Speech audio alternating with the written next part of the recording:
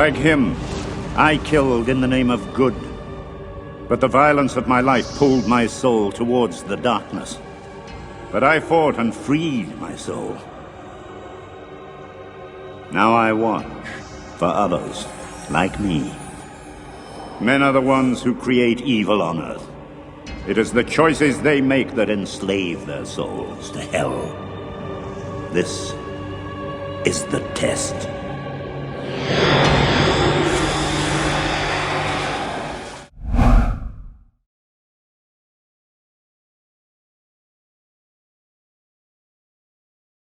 During the 1930s, when you were working a lot with German patients, you did, I believe, forecast that a Second World War was very likely. Well, now, looking at the world today, do you feel that the Third World War is likely? I have no definite indications in that respect, but there are so many indications that one doesn't know what one sees. Is it trees or is it the wood? It's very difficult to say, because the dreams of people's dreams contain apprehensions, you know. But it is very difficult to say whether they point to a war, because that idea is uppermost in people's mind. Formerly, you know, it has been much simpler. People didn't think of a war. And therefore, it was rather clear what the dreams meant. Nowadays, no more so. We are so full of apprehensions, fears, that one doesn't know exactly to what it points. But one thing is sure, a great change of our psychological attitude is imminent. That is certain. Why? Because we need more. We need more psychology. We need more understanding of human nature, because the only real danger that exists is man himself. He is the great danger. And we are pitifully unaware of it. We know nothing of man, far too little. His psyche should be studied, because we are the origin of all coming evil.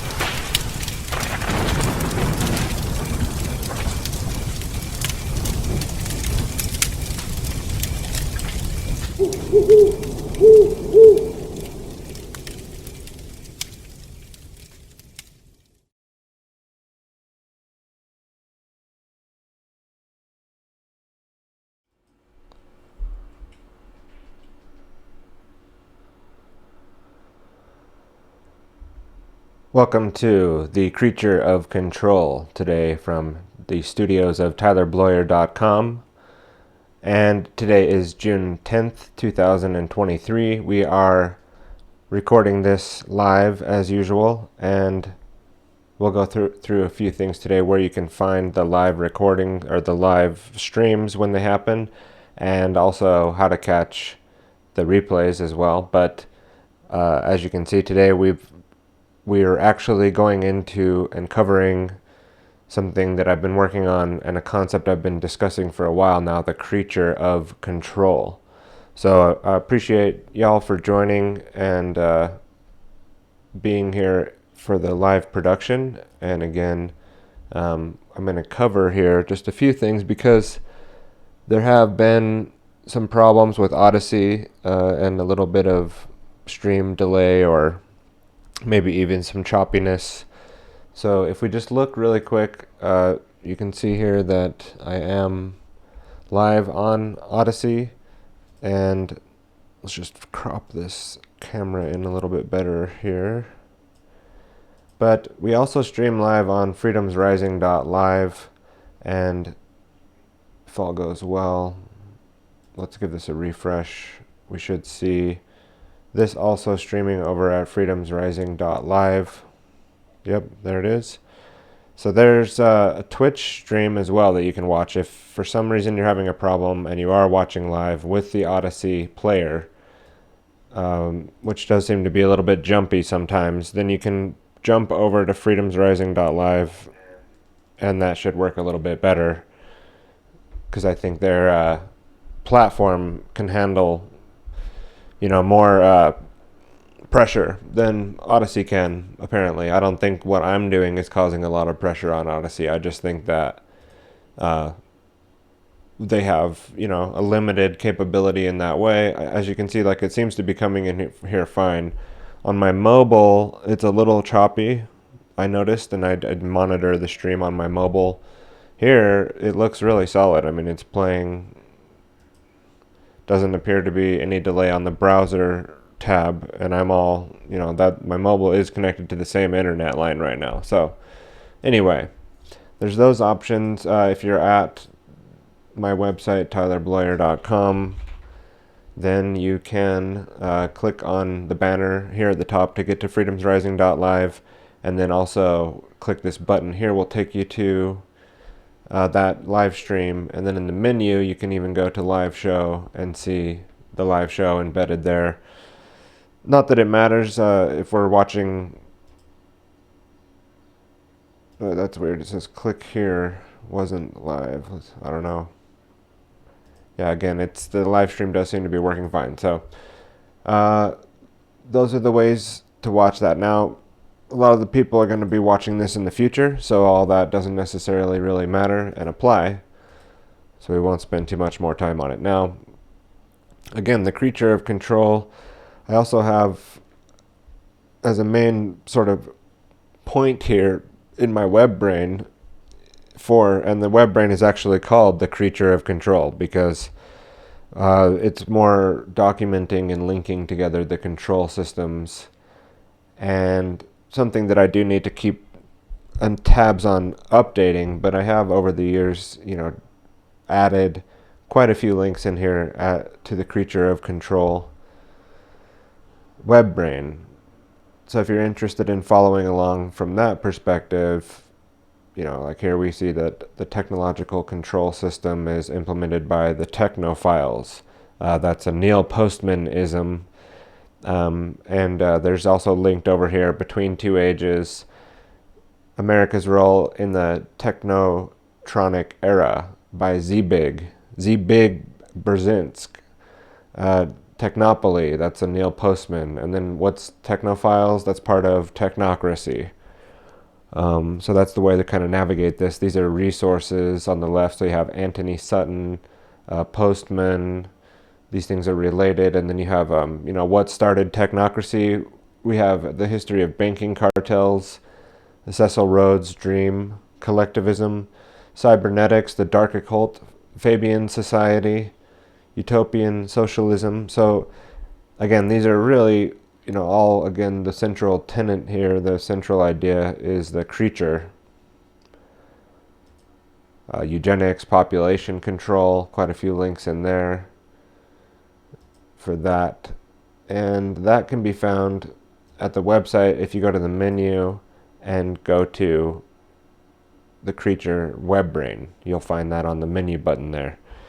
And you can see here that we're adding to something that now I've been doing since back in 2016.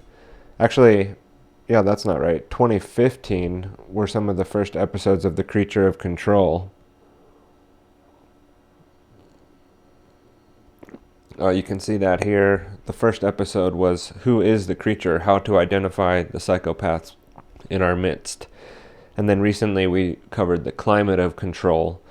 And we also covered The World is Always Ending, Engineering Consciousness Part 2. That was a series sort of linked together, the last 2 episodes that I did there. So we're continuing on today with The Creature of Control, and we're going to be covering it again in the weekly podcast here. So this is not... Some of these episodes took a long time to prepare and produce. This episode here has been thought about for some time, but we just produced the slides and everything for it this week. And it's meant to be part of a recap, essentially not the whole broad picture, but we are, looking at things from more of an esoteric way with the creature. We're always digging further to see who is the creature of control. How does it operate? What are the mechanisms and the mechanics? And we've covered psychopathy, social Darwinism, moral relativism. We've covered epi-eugenics and population control. Again, eugenics has been covered heavily in The Creature of Control. And then, relativism, natural law. We've built up to that, and then also uncovering the methods of control. And that's part of The Climate of Control. Again, we talked about how the climate agenda is mainly meant to control you. It's not necessarily about the climate. It's more about the agenda to unfold, the United Nations, the one world government, the global currency, the IMF, the BIS, the global banking cartel, all because, we have to save the planet. We're really concerned about saving. No, it's all about controlling the population. That's what that climate of control is about. And then the world is always ending. Also, fear, the fear mechanisms that we covered in that episode, beginning in that episode, we've covered that quite a bit. We'll touch on it today as well. But the methods of fear that are being used to control the slaves, and fear is really the number one tool used. Fear, uncertainty, and doubt, as we've covered. And that's, again, there's the banking crisis, or the climate crisis, or there's the debt ceiling crisis, and there's always this, the war with Russia, and this stuff is real. It's not like it's always fake, but it's used as a tool mainly to control the population, to have the population submit to the will of the authority.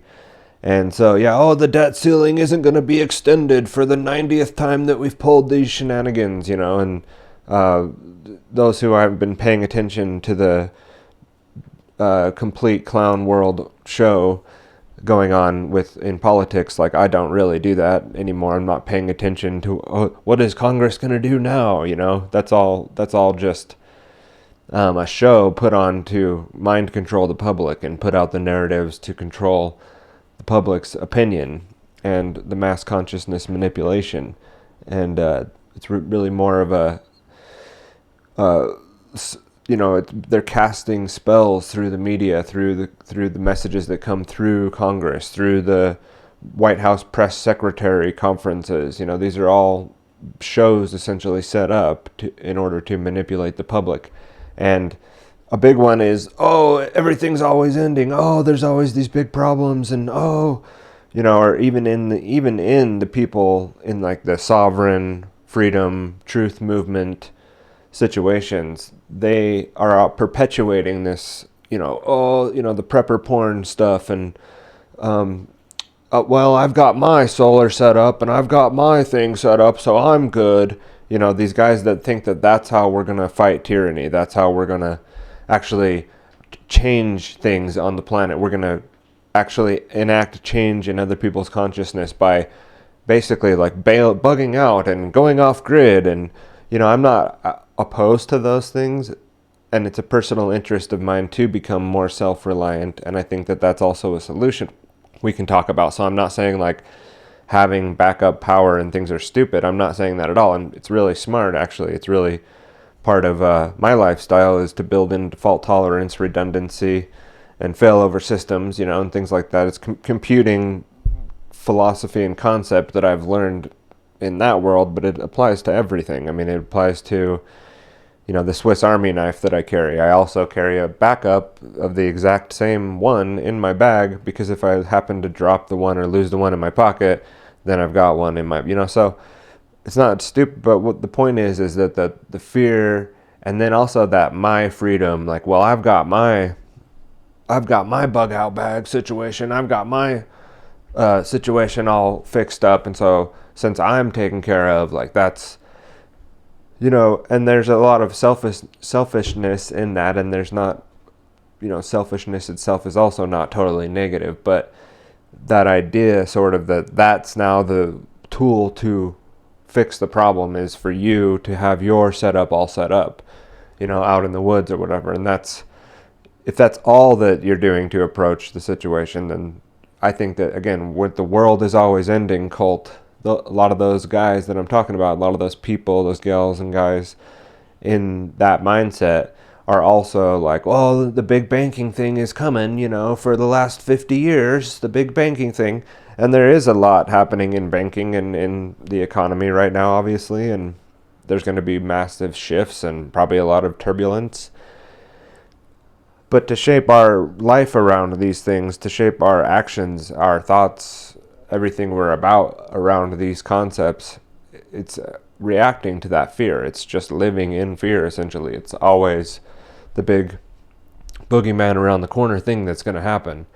And so I'm not saying, again, don't be prepared, but it's a little, I think, the people that are perpetuating the world is always ending, they're not actually, really kind of living their own life, living their passion, they're really just sort of reacting, again, to how the things that are happening in the world, to the things that are unfolding around us, which of course we have to do that too, but not when that environment is manipulated and controlled, and there's a lot of psychological warfare and operations against, those people that think that way, and manipulating them into getting and living their life basically in this reactive state to what's happening, instead of, again, like a proactive, I'm on my own path, on my own journey type of thing.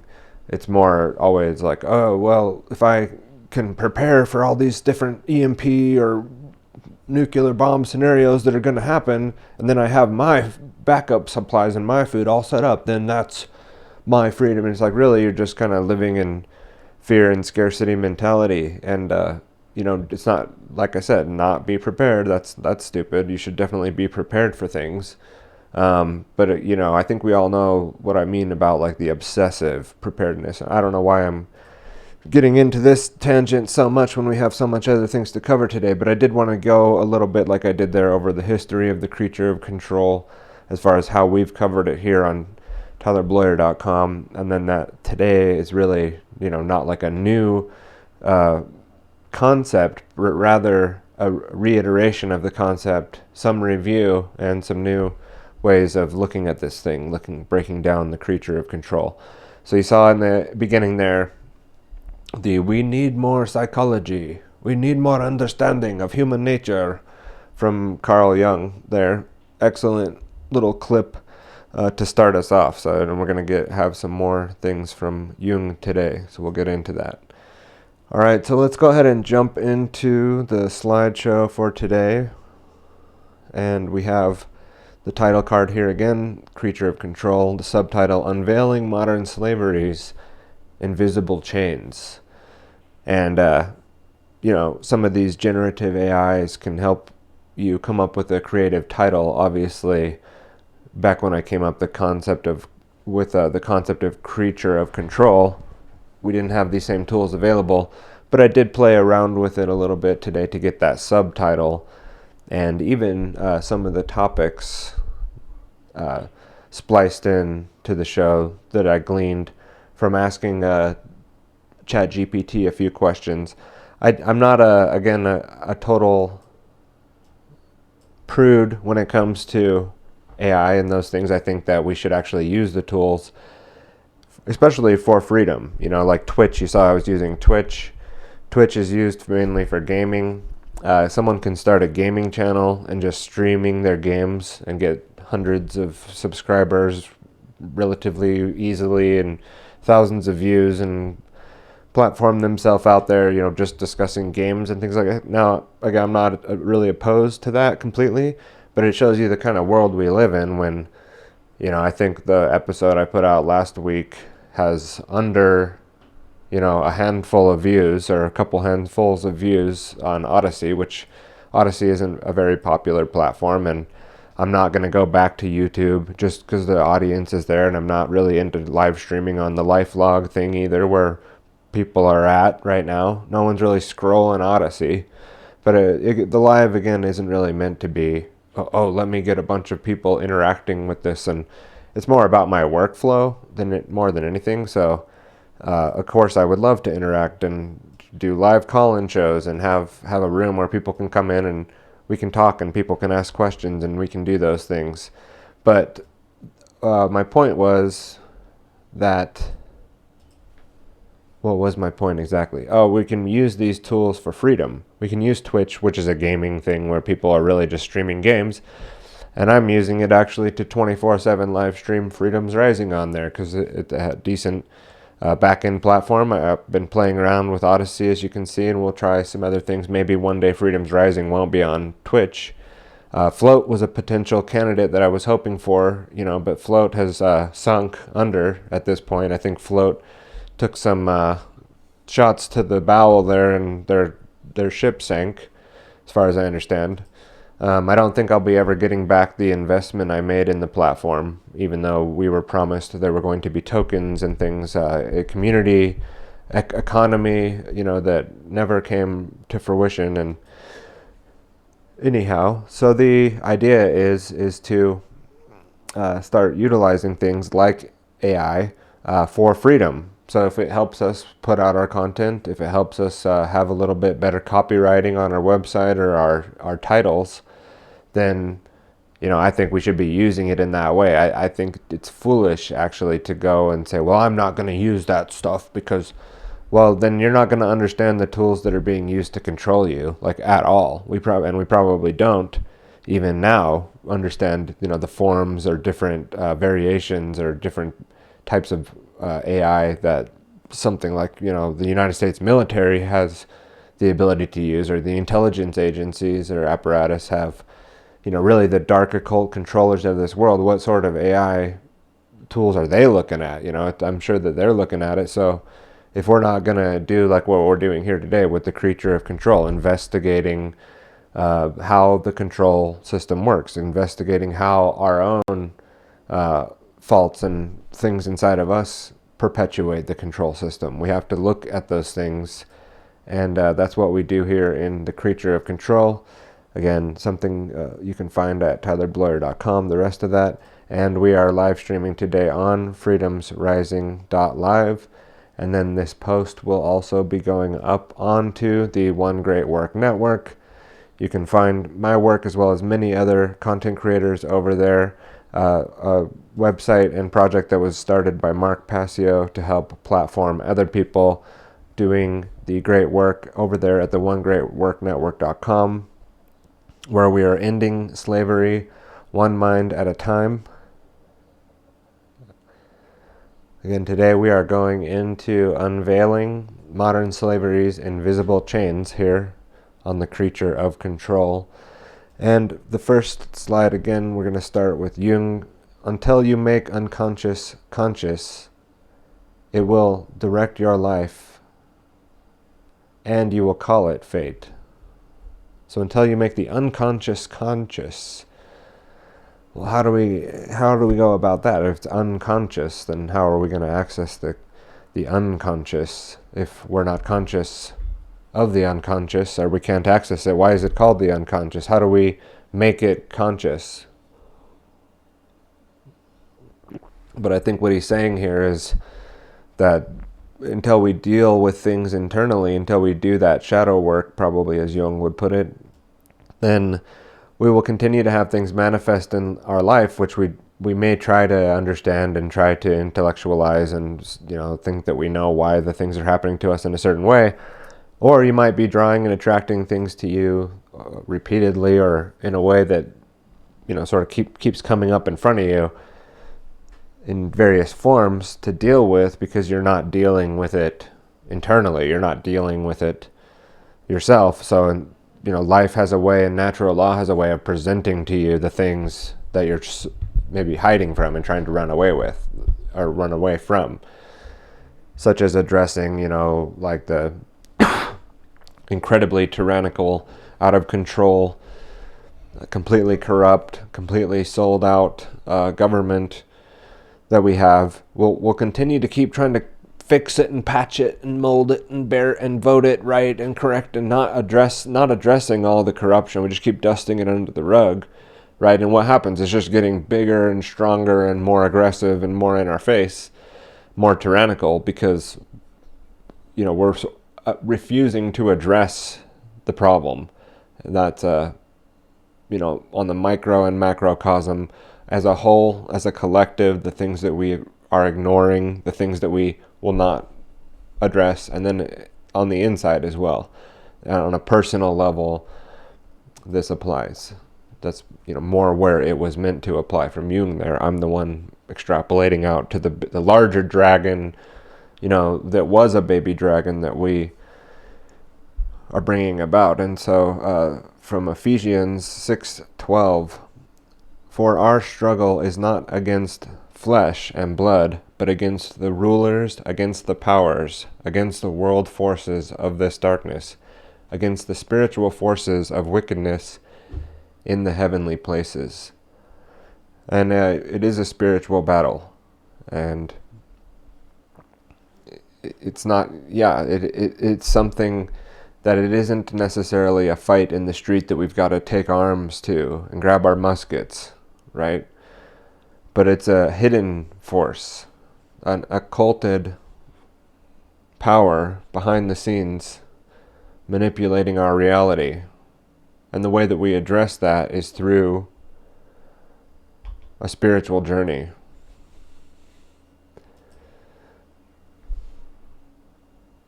Anthony Sutton says, the individual is handicapped by coming face to face with a conspiracy so monstrous he can't believe it exists. And that's from Wall Street and the Bolshevik Revolution by Anthony C. Sutton.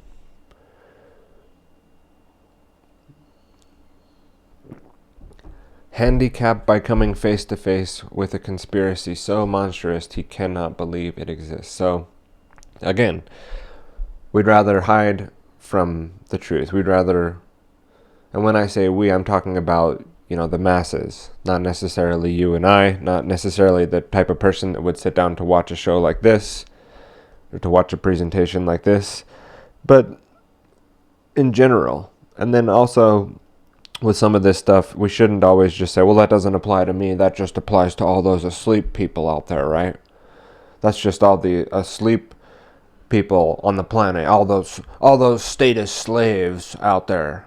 But I would propose that people in the freedom movement also have a lot of work to do. People in the truth movements are unwilling to accept even their own fallacies and corruptions and, misnomers and contradictions within the philosophy and treatise and, worldview of the patriot mythology and the truth movement, the freedom movement. There's just as much fallacious rhetoric there, if not more there, than in just the normie, world of somebody just trying to really just kind of get through life and not into conspiracy, not into the truth movement.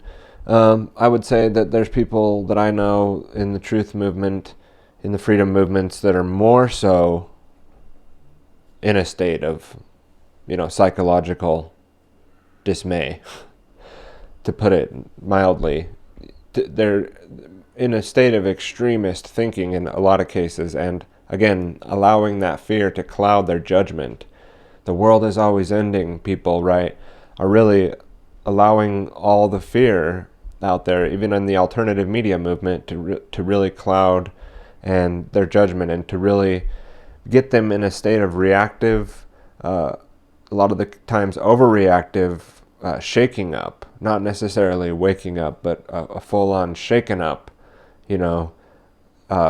really controlled and, pushed by fear. More, even in some cases, like I said, more so than the statists. We're saying, oh, the statists and all the believers in government. And yeah, I'm not for that. I'm not for the belief and the flattering title worship and putting false authority up above the real authority of the universe, the creator, God, if you want to call it that, the creative force in the universe that is all of the universe, all of existence, all of reality, and putting that up as the primary sovereign, where, putting sovereignty in a nation or in humans or in man's law. I'm not for that either.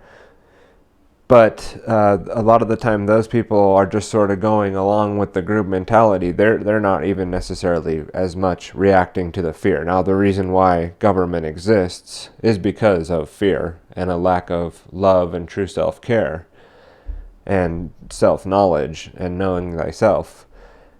So yeah, that's the creature of control, really. And what is the creature is under complacency.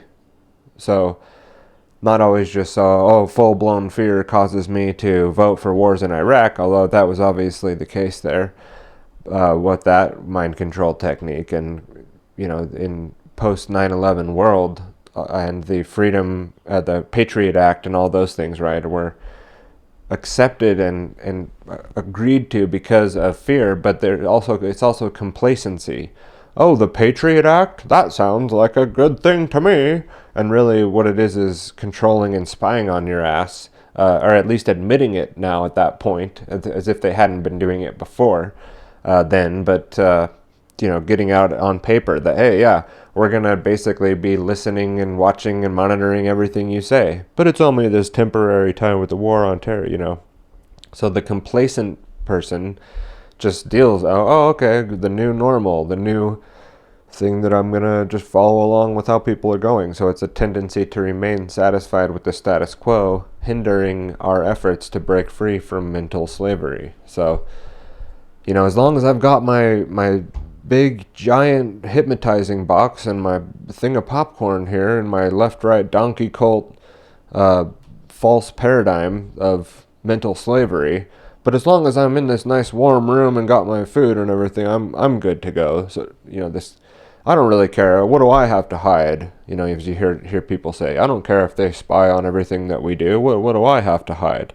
And now, in the post-COVID era, like it's just sort of, everything you do, tracked, traced, data-based, monitored, including, what's between you and your doctor is now between you and your boss or something, like your manager at work needs to know your vaccination status, and, just complete lack of privacy, which we just sort of, meander into. It's not even always just the fear porn and blah, blah, blah. It's just people are complacent. But again, fear is obviously the main driver. And then there's the concessions, the act of continuously compromising one's values and principles, which perpetuates the chains of slavery. So, again, just going along, well, it's okay because there's a pandemic right now, so there's this emergency that we've got to react to, or whatever it is, the giving up freedoms in order to go along to get along, or just conceding to it in we're conservatives and the Republicans are so conservative that they just sit and watch everything, all of our freedoms get trampled on slowly, but they're hardcore conservatives, but they're really, rhino Republicans, or they're, and I'm not into the donkey pony show, the donkey elephant cult, clown world. So I'm not like tracking all this stuff, but it's, that's a good example of how they put on this virtue face of how they're so conservative and so, for American values and old traditions. While meanwhile, the radical left or the radical ones push things forward they continuously chip away at this, idealism of the American mythology, and the Constitution and all this stuff that doesn't even actually exist anymore, and is not even, you're not under any sort of Constitution or Declaration of Independence at this point. You're basically in a state of declared war and emergency 24/7 all the time. Even if right now it seems like a great day, it's perfectly fine outside, nothing really crazy happening. But yeah, I mean, let's not be under the illusion that there is some sort of America great thing that we need to get back to, that if we can just start using the Constitution again, and all this like more patriot mythology again. Really, it's just submitting to authority when one knows they are doing the wrong thing perpetuates the slave system. So, the constant concessions to, well, it's just for this little while that we need to be forced to do this medical apparatus thing, or we need to go and have everybody in America completely spied on, or everyone in the whole planet, and to give up all of our data privacy and all of our freedom in that way because of, well, there's this big bad thing they're telling us about. Don't you know that the guys living in caves out in Afghanistan and Iraq, these guys that could barely operate, a remote control plane, actually flew planes in crazy trajectories, right along the ground on the Pentagon, and in this like crazy corkscrew turn thing that not even professional pilots could pull off to hit the tower. But don't you know that that's what happened, right? And so we've got to, again, using whatever propaganda, I'm using like main examples of 9/11 and COVID, but this is done on a daily basis with, the energy crisis, the oil crisis, the war in Russia crisis, the Ukrainian thing, the new next big thing that you got to be scared of crisis that's happening, the Trump situation, So blind obedience to the government is so hot right now. The submissive behavior and attitudes that keep individuals trapped in a cycle of mental slavery. So our servility, again, our not meeting like I'm some willing slave, or that you watching this are, but we're talking about the creature here. We're talking about mass consciousness. We're talking about, the primary matrix. Why is there the creature of control? And it's because of the items that we're discussing here. We're going to get into happier things in the later part of this episode today, but now we're talking about the reason why we live on a slave planet. And it's because people's minds and beliefs and attitudes are that of cowards and sheep. And even in the freedom movement, it's a lot of, well, we need and we needs, right, that I've talked about. And the ability to navigate, true freedom and walk through this life on the individual's path and become someone who has self-mastery in many areas, as well as actually lives what, their purpose on a path to freedom, or, walking that thin line is it's very thin. It's very small percentage. It's a very tight gap. And we have a lot of fawning and faking of that, let's just say, and not understanding true freedom, not understanding how to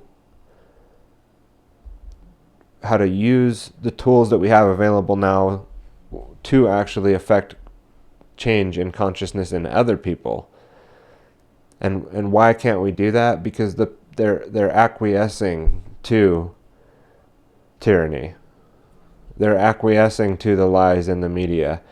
So the passive acceptance of oppression, which leads to the reinforcement of invisible chains and limited progress.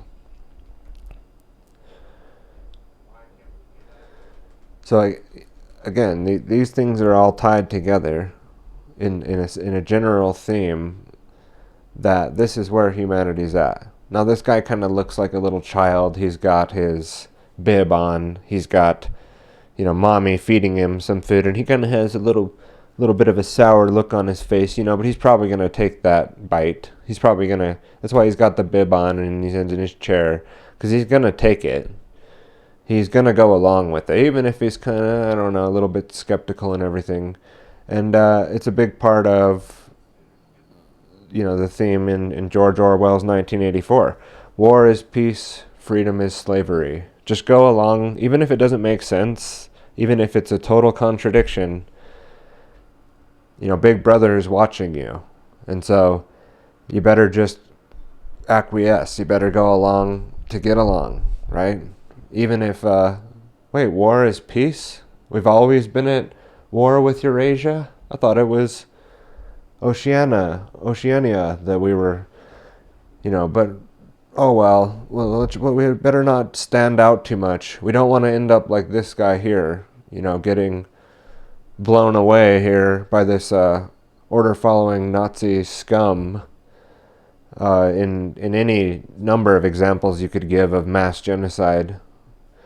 But, here there's a little play on it with the temperature gauge, right? So it's like more of a COVID-era take on an old famous image here of somebody being genocided by the military order followers there. And the other guy just kind of looks cool and kind of relaxed. No big deal. Just put this gun to some innocent person's head that's not done anything wrong, most likely. And that's what going along with tyranny will get you.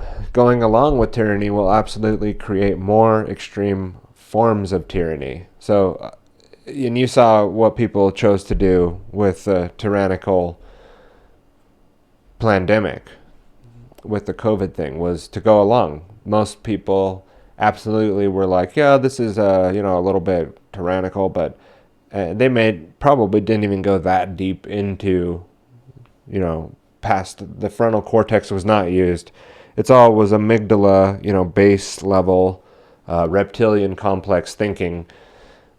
Until now, when it's like, oh, well, it's so obvious that was, well, what about during it when you weren't thinking at all and you were just, doing exactly what you were told to do and not questioning anything, as we should all be responsible to do when we know how this can go. Now we've just seen the beginning of what's going to be more tyranny. We've invited bigger and badder demons into our lives because of how the masses and how the world reacted to COVID. Look what happened in places like Australia.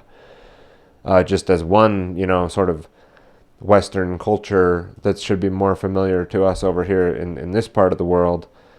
The idea there was, government can do anything it wants, including up into taking your children from you and throwing you in a camp, like you're some kind of prisoner because you won't go along with what they say when they have just gotten the latest news. They haven't even taken the time to think it over. So Frederick Douglass says, power concedes nothing without a demand. It never did and never will. Find out just what any people will quietly submit to, and you have found the exact measure of injustice and wrong which will be imposed upon them. So a former slave might have a little bit of knowledge on how that works. Howard Zinn has it, historically the most terrible things, war, genocide, and slavery, have resulted not from disobedience, but from obedience. The People's History of the United States by Howard Zinn. So we've been disillusioned. The state of being disenchanted and deceived by systems of control. There's future shock. It's just too much. It's all too much all at once, right? There's a shift, and then also the abuse. It's a form of Stockholm Syndrome, just continual abuse, continual to a level, so you start accepting levels of abuse that weren't accepted before.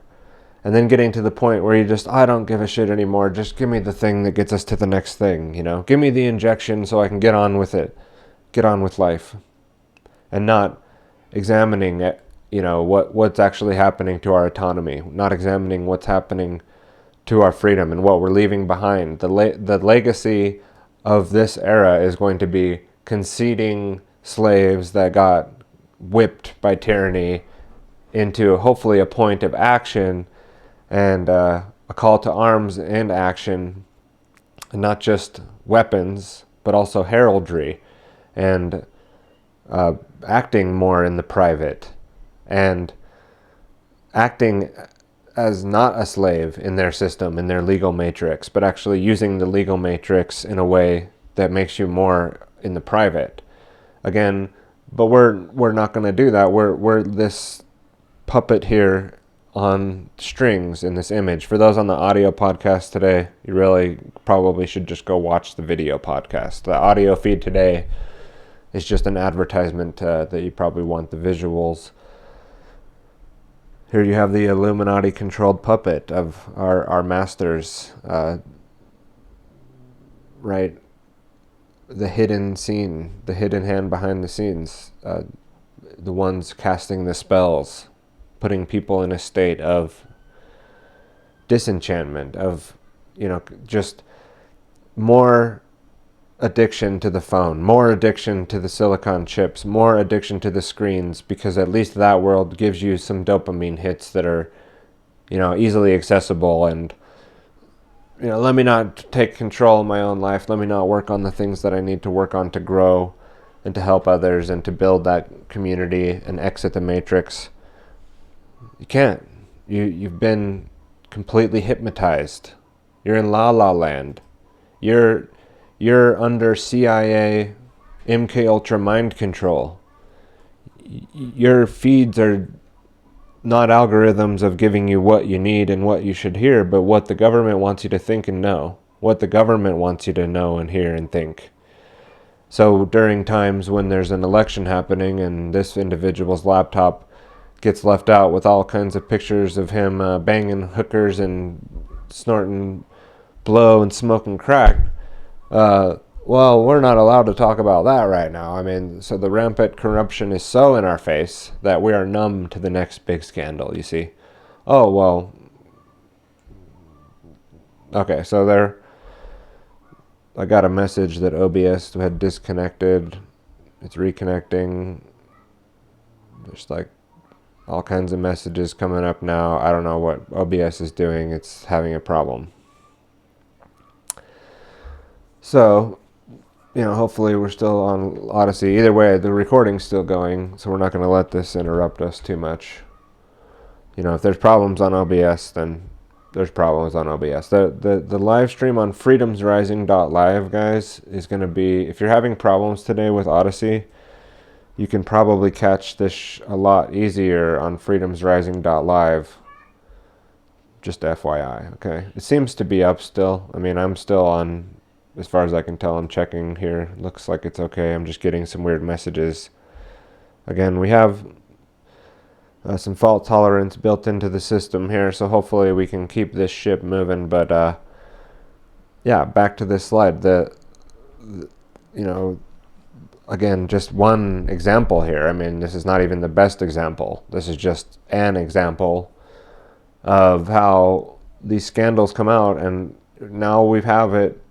A lot of the conspiracy truth movement was right on this one, that the Hunter Biden laptop thing was real, and maybe it would have mattered to people, and if people would want to know about that during the time that this information was coming out. But the intelligence agencies thought that you just better not know about it, because we live in such a free society, right? Because we live in such a free world that even the intelligence agencies that are supposed to be protecting us are really, what they're about is mind controlling us. That's their main thing, is manipulating and mind controlling American citizens. That's the main and foremost and most top priority of the CIA, is how to run psychological operations on the public and hide what people know and hide the information that you should have access to, and actually, put out false information in front of you to throw you off. And in addition to that, we're tied and we're caught and we're completely consumed and we're pawns on a chessboard that we don't even understand known as the legal matrix. We're completely enthralled, encased, and the essence of our slavery is essentially revolves around the false man's law system of the legal matrix, and our inability to understand it and navigate it properly. And it's designed to enslave us. It's not the laws of nature. It's not nature and its law that we're following. It's the legal matrix of moral relativism, materialism, godlessness, lawlessness, and complete inversion of reality that we call the legal matrix. Or at least, in the truth movement, it's known as the legal matrix, but we call it citizenship. We call it the Constitution, and what we need to get back to make America great, right? We are respecting a false authority. We can't worship God and worship man's law. We can't have two authorities here. We can't have our sovereignty through our connection with the one real creator of the universe and reality, but instead we are worshiping a false reality, a false matrix, a system designed to enslave and control and keep us away from our true connection to the creator and how we can actually become free through worshiping that.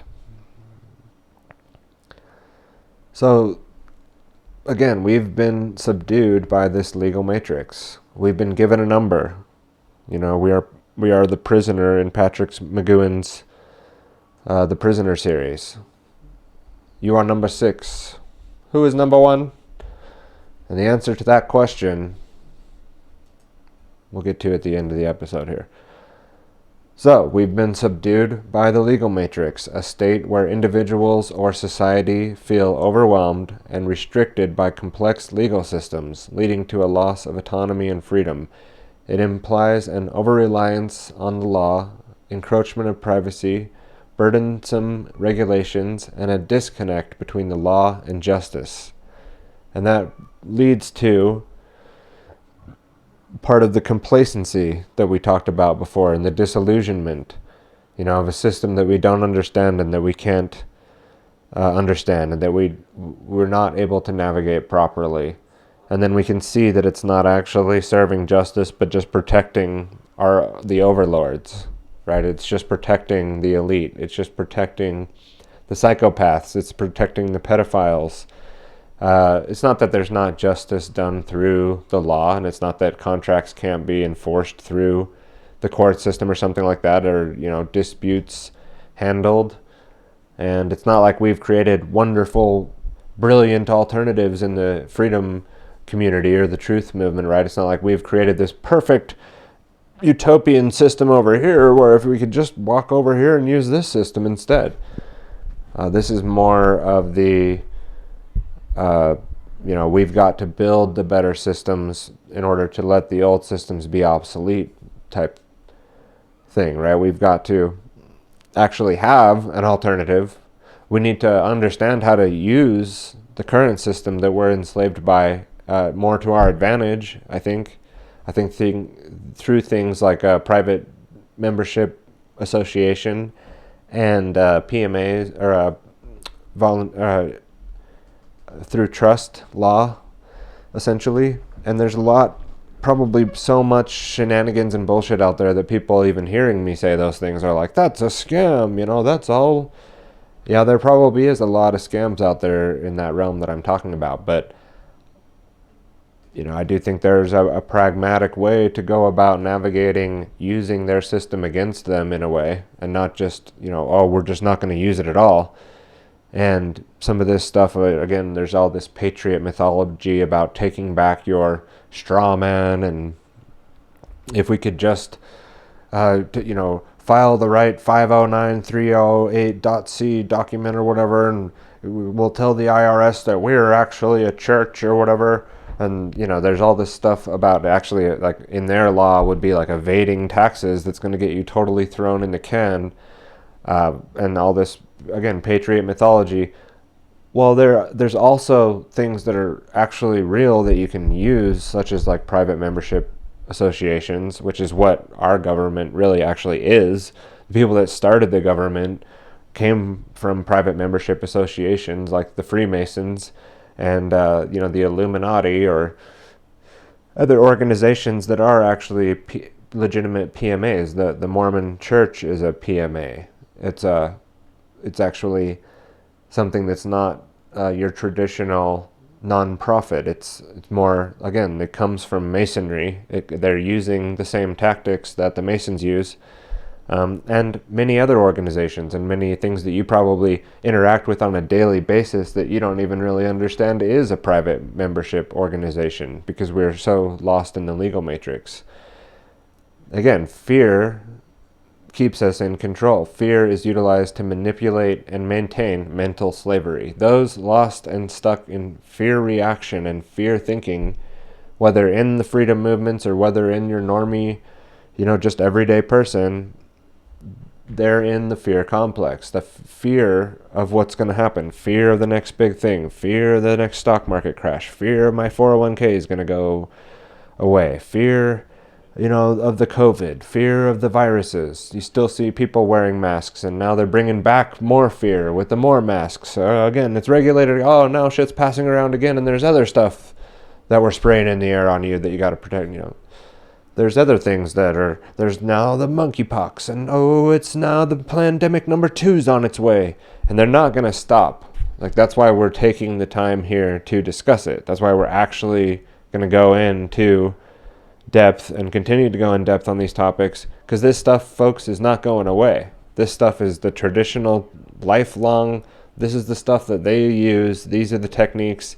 The more people that we can get to understand the techniques and work through their spiritual path in this spiritual battle and actually come to connect with the real, the creator of the universe, the universal, all reality, and start worshiping reality and not worshiping false authorities and worshiping two masters. You can't do that. You can't worship the universe, the creator, God, and have all your belief and all your power given away to the legal system. That, I think the Bible even is pretty clear about not having two masters, that you can't worship two.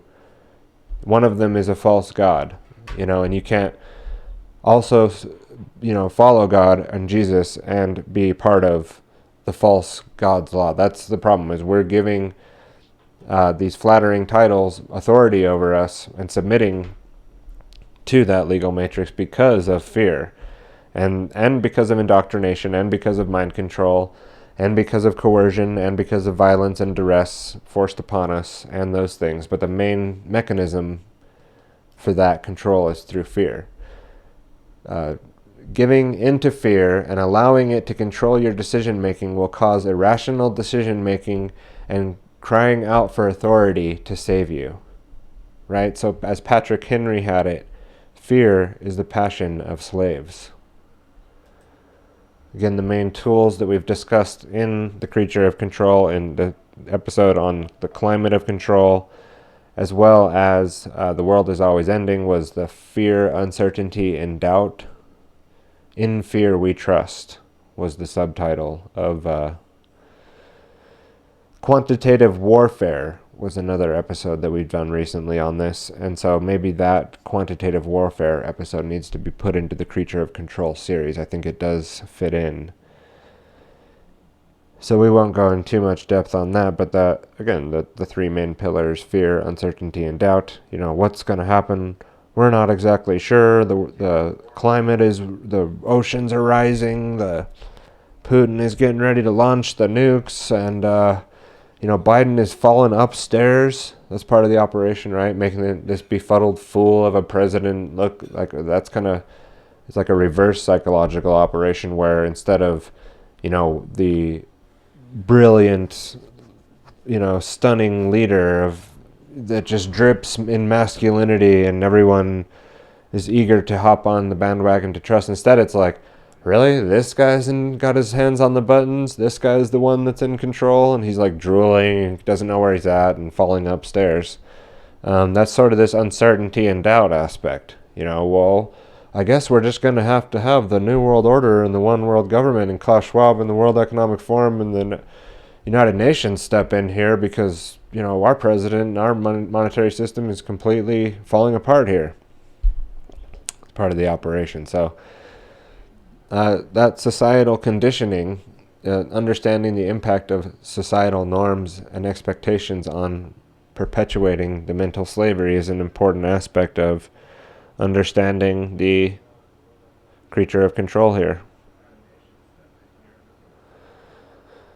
And we have the NPCs that are, comforting the other NPC because, that's part of the groupthink. Is like, well, at least I've got, my friends that think like me, and at least we all see it the same way. And it's not that we shouldn't do that in some cases and not, we shouldn't stick out just to stick out. And you have like the extreme rebel who's against everything, who, again, probably more destructive and acting out of fear than the average basic dipshit normie person, right? But we can start to see where we're, just going along to get along, where we're fitting into that picture. Are we bringing about suffering in reality because of this? Are we actually causing harm due to the social norms and conditions that we're living by? And can we change it? Yes, we can. We do have power to change things that make sense to change.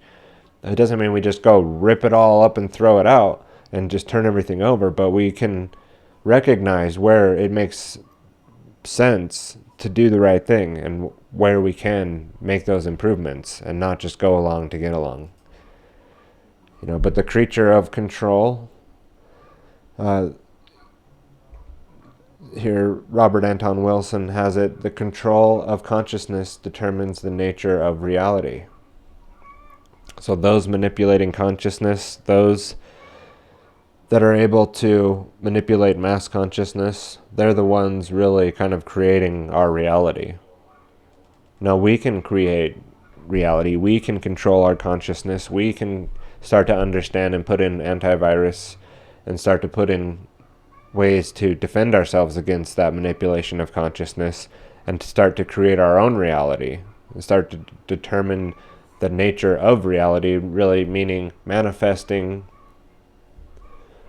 a better world, manifesting a world that's not enslaved, not perpetuating this to our children. We can teach our children how to defend themselves against mind control and against being the creature of control. Eric Fromm has it, the task we must set for ourselves is not to feel secure, but to be able to tolerate insecurity. And that's Eric Fromm in the Escape from Freedom. Escape from freedom?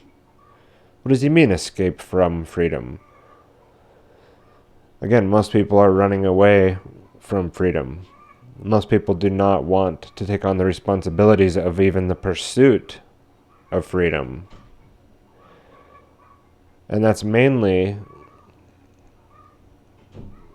just really not understanding the path, really not understanding the journey that it could be. It's like looking at an insurmountable task and all the little micro tasks that it takes to get there.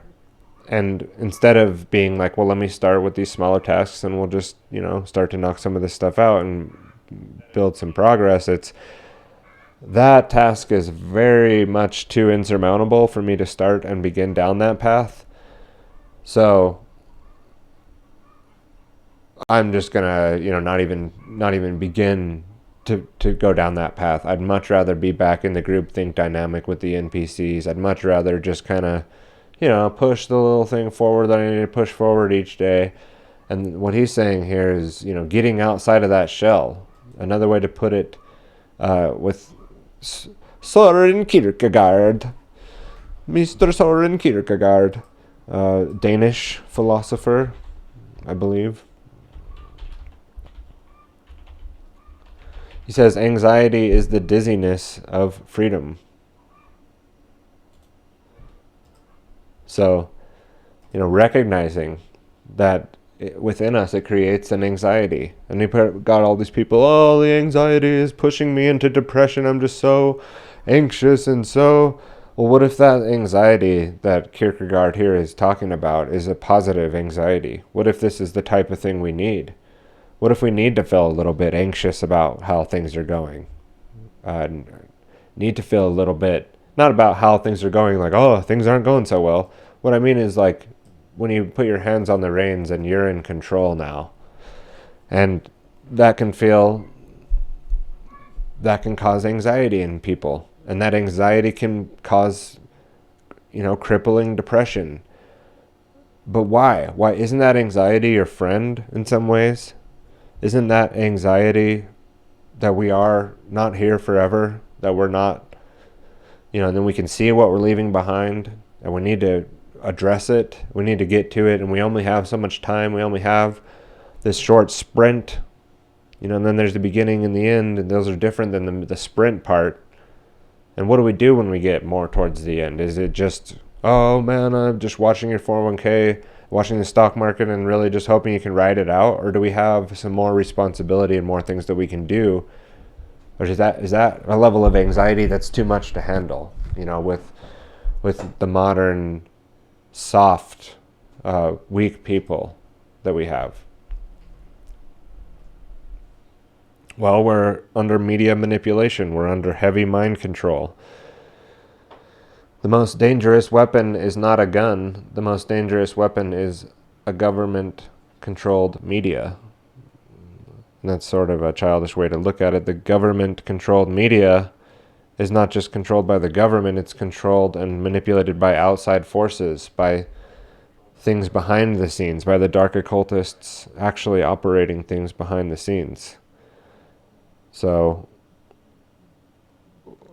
the memes are here to create a little bit more of a visual thing, but let's go to the next slide here where it says, how long will people continue to trust known liars?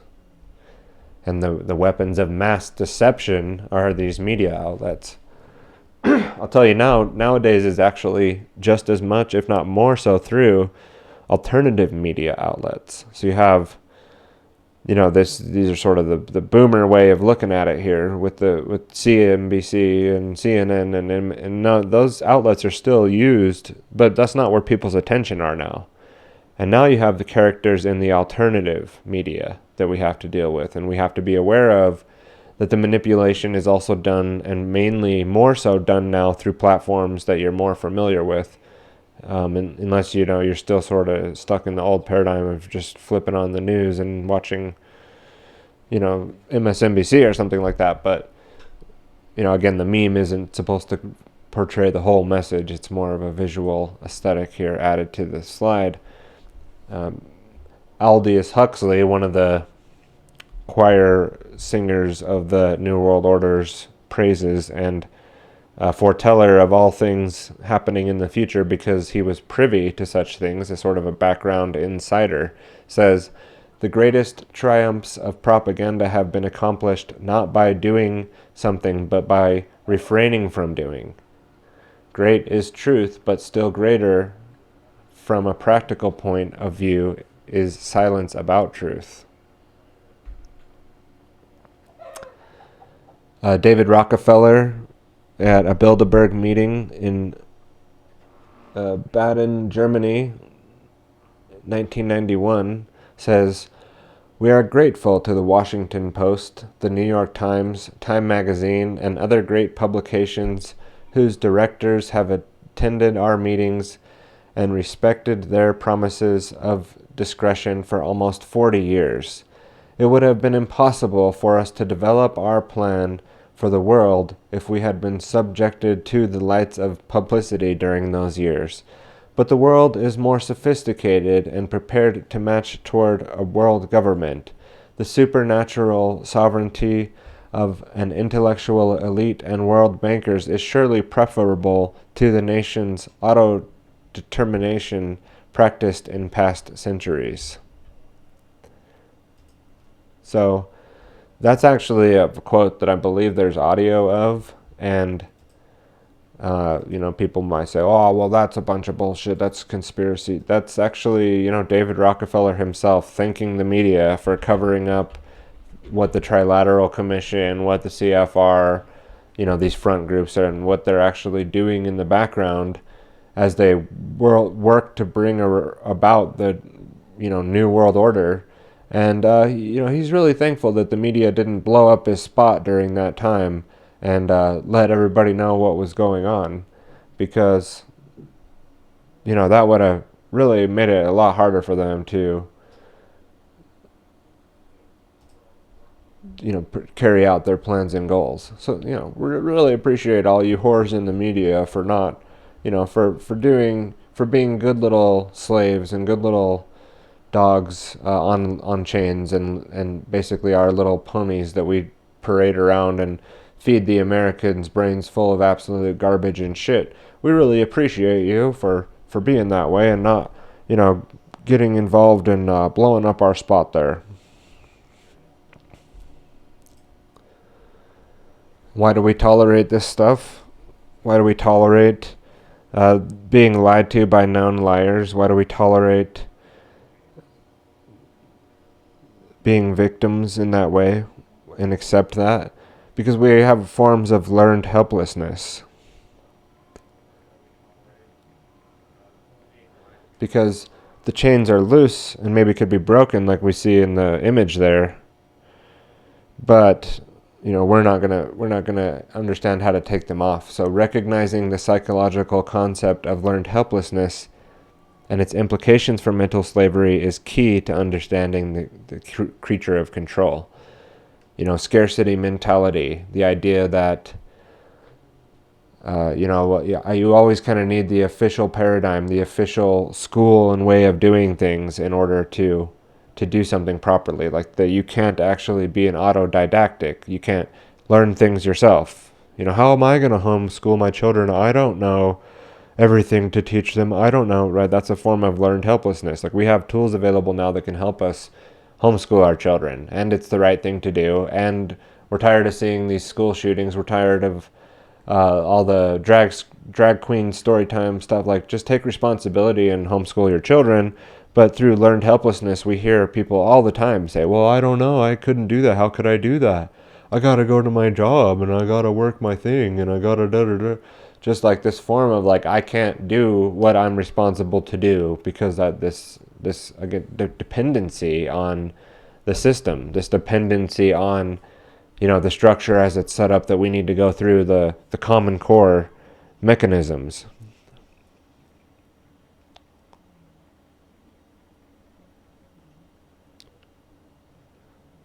I'm just firing off a text here to someone else in the home that I'm trying to see if they can make sure I'm not be using the internet right now.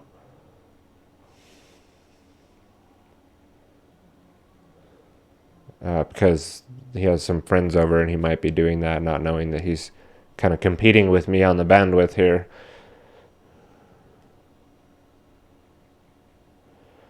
So just taking the time to do that.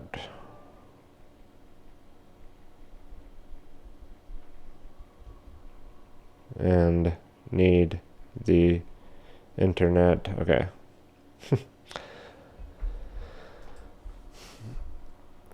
So Ayn Rand says, the man who does not value himself cannot value anything or anyone.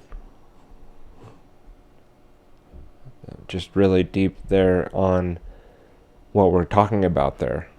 Without self-worth and even just a faith and trust in yourself to be able to do those things, can you really then value anything or anyone else? Can you really provide value? Can you give things to people that you don't have?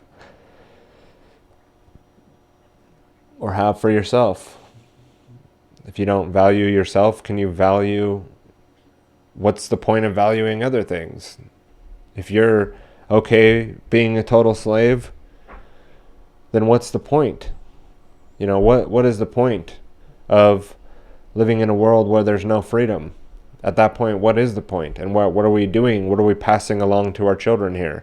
Is it just some bright lights at the end of this disaster, that would train wreck, that we're going to crash into the wall in a brilliant, beautiful, colorful explosion here at the end of humanity? You know, what would be the point of, you know, each day and doing things for your clients, doing things for your family, if you're in self-loathing, self-doubt, learned helplessness, scarcity mentality? But again, that's not what we're talking about. We're talking about the creature of control. And the creature of control allows the surveillance state. It doesn't resist it. It acquiesces to it. And then we have here, Zbig says, the technocratic era involves the gradual appearance of a more controlled society, such a society would be dominated by an elite, unrestrained by traditional values. And we're there now. So again, another spokesperson for the plan here, someone who definitely understood what he was talking about. This isn't just this is some conspiracy book, right?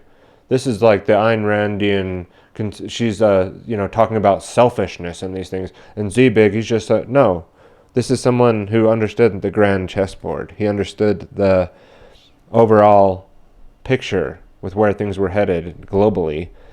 And the book was Between Two Ages, America's Role in the Technocratic Era. Again, economic coercion, part of the fear porn, part of the process of fear control. The financial pressure and economic systems contribute to maintain mental slavery. And we have the imagery of the, Rothschild overlord behind the scenes manipulating the Federal Reserve, manipulating the politicians. You got the reptilian, thing going on. They're not really reptilians. They're getting you to be in a reptile state of mind, using the base brain, using the amygdala response, using fear mechanisms and control. That's the idea with the reptilianism, maybe cold-blooded too. But yeah, there's the aspects that we see now. Again, not only the everything's always collapsing, buy gold and silver people, right? But the general theft, the grand theft world of COVID made a lot of billionaires, a lot of new billionaires, right? The wealth is transitioning into a direction of less small business, more big box store businesses, less mom and pop, more centralization. The form of control. Another completely batshit nuts conspiracy. Oh, wait, no, it's not. It's Carol Quigley, an insider, Bill Clinton's mentor, and someone who wasn't just shooting from the hip, talking shit, making things up. He actually knew what he was talking about, has been invited in to study the books of the Council on Foreign Relations, the plans of these organizations.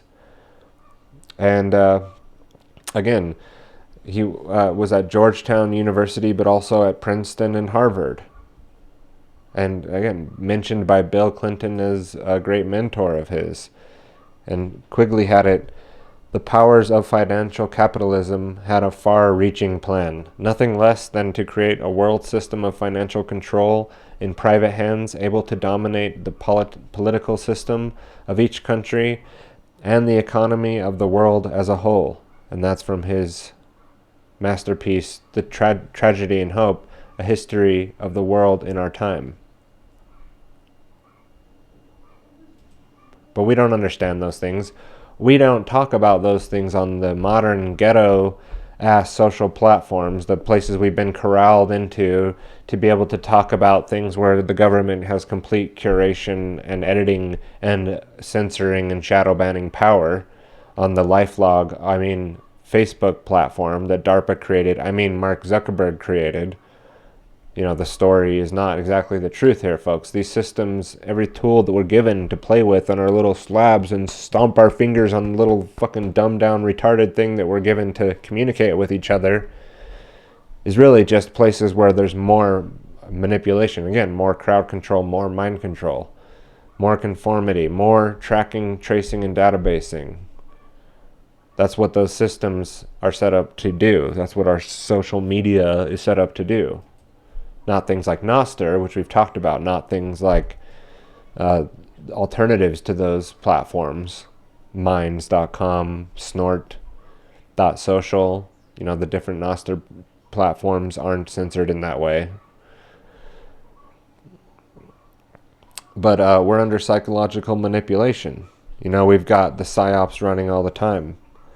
We've got some people that can see, and there's a few they live references today, so I apologize for the multiple they live references, but the tactics employed by individuals and institutions to manipulate thoughts and behavior, psychological operations, the bio-psy war, as we've discussed it. Not only biological warfare, but also psychological warfare and operations. And the people, well, they wouldn't do that. They wouldn't. They're still thinking like World War is the in the trenches.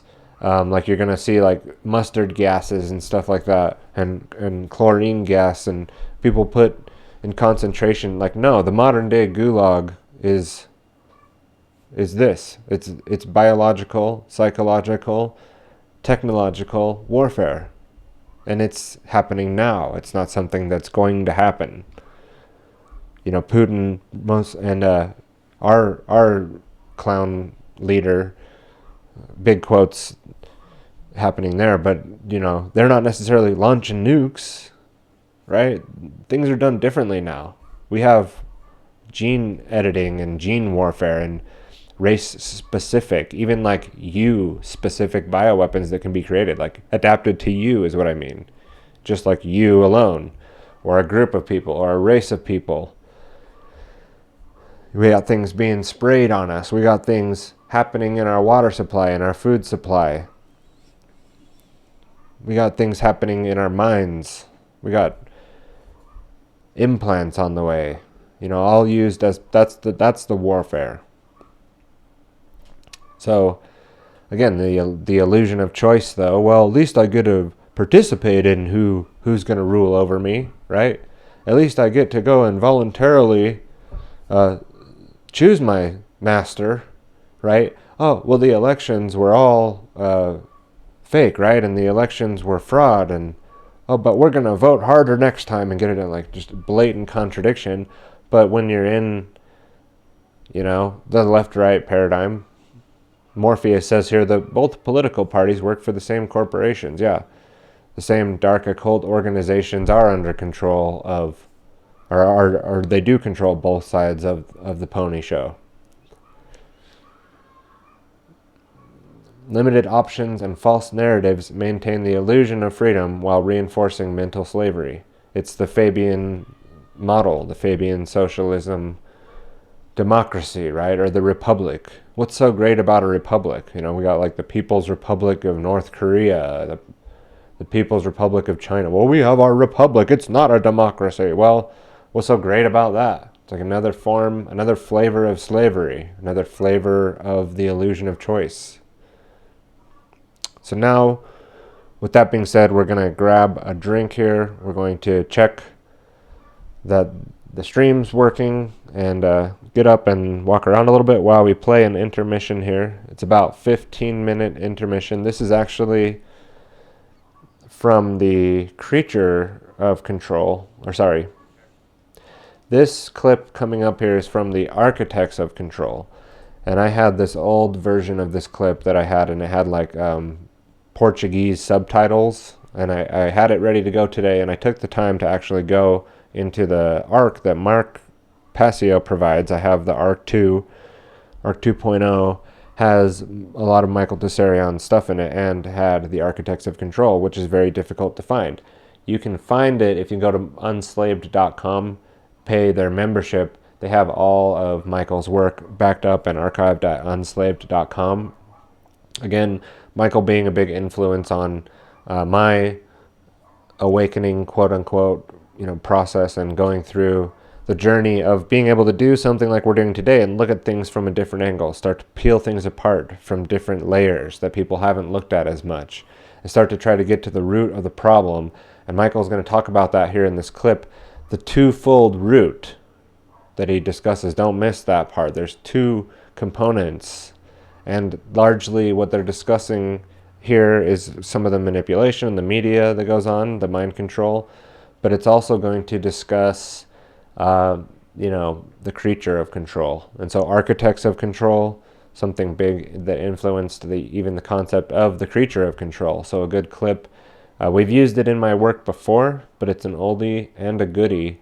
So I'm going to go into the intermission here, and then we'll be back to close out the creature of control today. And we appreciate everyone for hanging out. And hang on, this is a good clip. So unveiling modern slavery's invisible chains, let's go into what I call in this clip is called the language of control. We'll see y'all on the other side. Art is, like magic, the science of manipulating symbols, words or images, to achieve changes in consciousness. The very language of magic seems to be talking as much about writing or art as it is about supernatural events. A grimoire, for example, the Book of Spells, is simply a fancy way of saying grammar. Indeed, to cast a spell is simply to spell, to manipulate words, to change people's consciousness. And I believe that this is why an artist or writer is the closest thing in the contemporary world that you are likely to see to a shaman. When you hear these talismanic words like control, security, stronger America, strength, realize that they're talismanic words that are being used against you. They're seduction words to try and get you to accept this because you don't have that. Well, you've been raped of that. The people who are selling you one story here have actually taken away the very things that you needed that were in your psyche to begin with. I am continuing and I am increasing the search for every possible path to peace. We maintain our strength in order to deter and defend against aggression, to preserve freedom and peace. No one, friend or foe, should doubt our desire for peace. The United States wants peace. We seek peace. We strive for peace. I pledged in my campaign for the presidency to end the war in a way that we could win the peace. I respect your idealism. I share your concern for peace. I want peace as much as you do.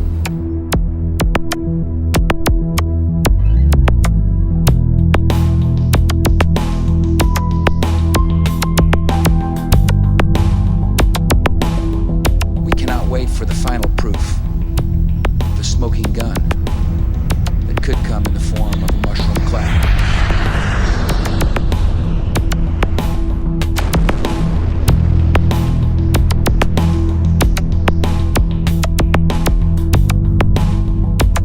Saddam Hussein recently sought significant quantities of uranium from Africa. There is no doubt that Saddam Hussein now has weapons of mass destruction. Weapons of mass destruction. Botulinum, VX, sarin, nerve agent. Iraq and Al-Qaeda.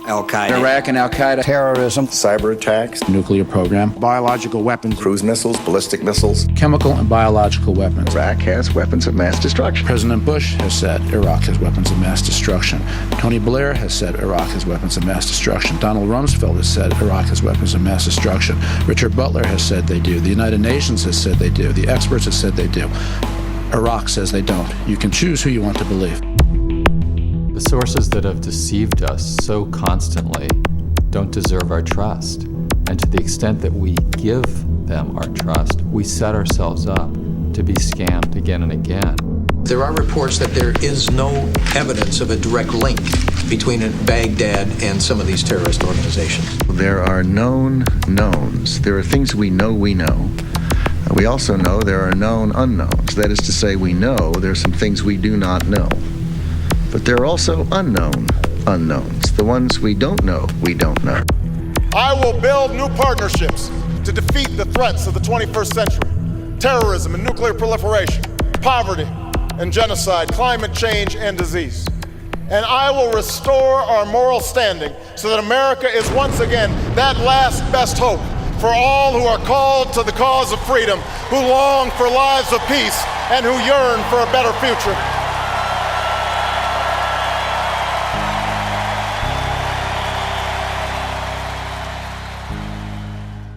And this is used endlessly in the media by the drip feed method of just constantly downloading the same idiotic memes that you consciously would think you resist.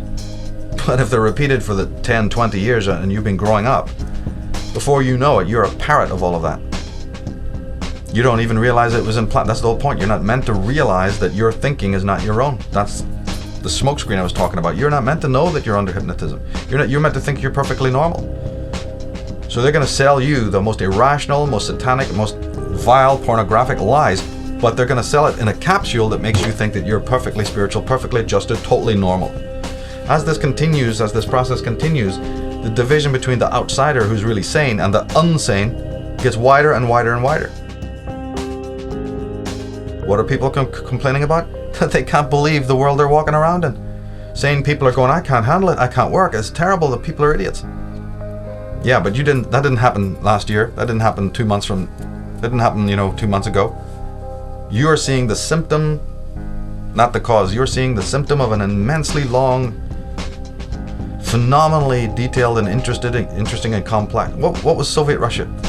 You can sum up the whole gig of communist Russia in one sentence. Experiment. Social experimentation. Then you can split hairs as to whether it was a Darwinian experimentation or an Orwellian blah, blah, blah. It's an experiment in how to control human beings who very easily were controlled. Oh my goodness, 33 people are shot dead.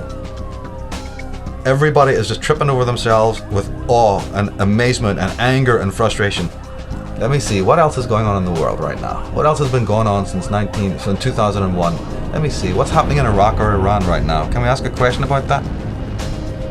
What was going on during the previous George Bush? Was there a thing called Desert Storm in which millions of people were killed? Children were wiped out, incinerated? In Panama, were people not burned to death with lasers and incinerated in their own cars? Completely innocent people. Then we have Grenada before that. Grenada. There you have, where do we stop? How many wars do we need? But your children die. Of course it's horrible.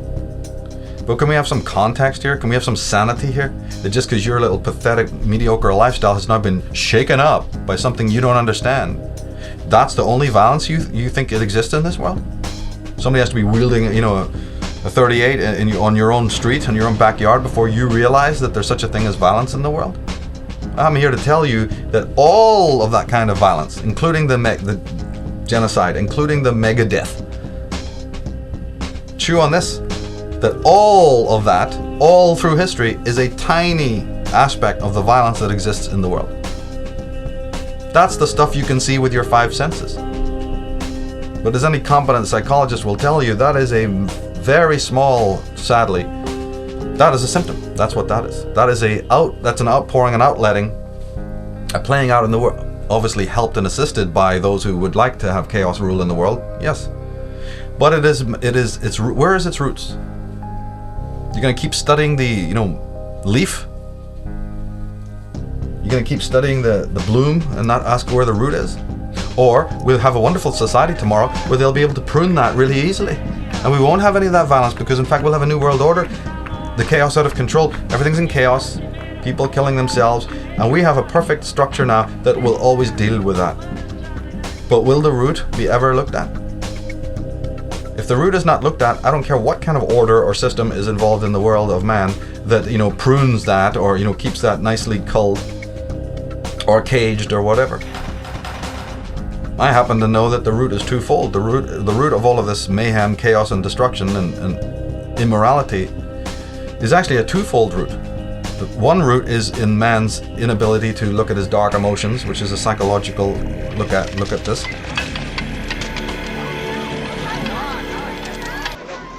What are you looking at? Huh?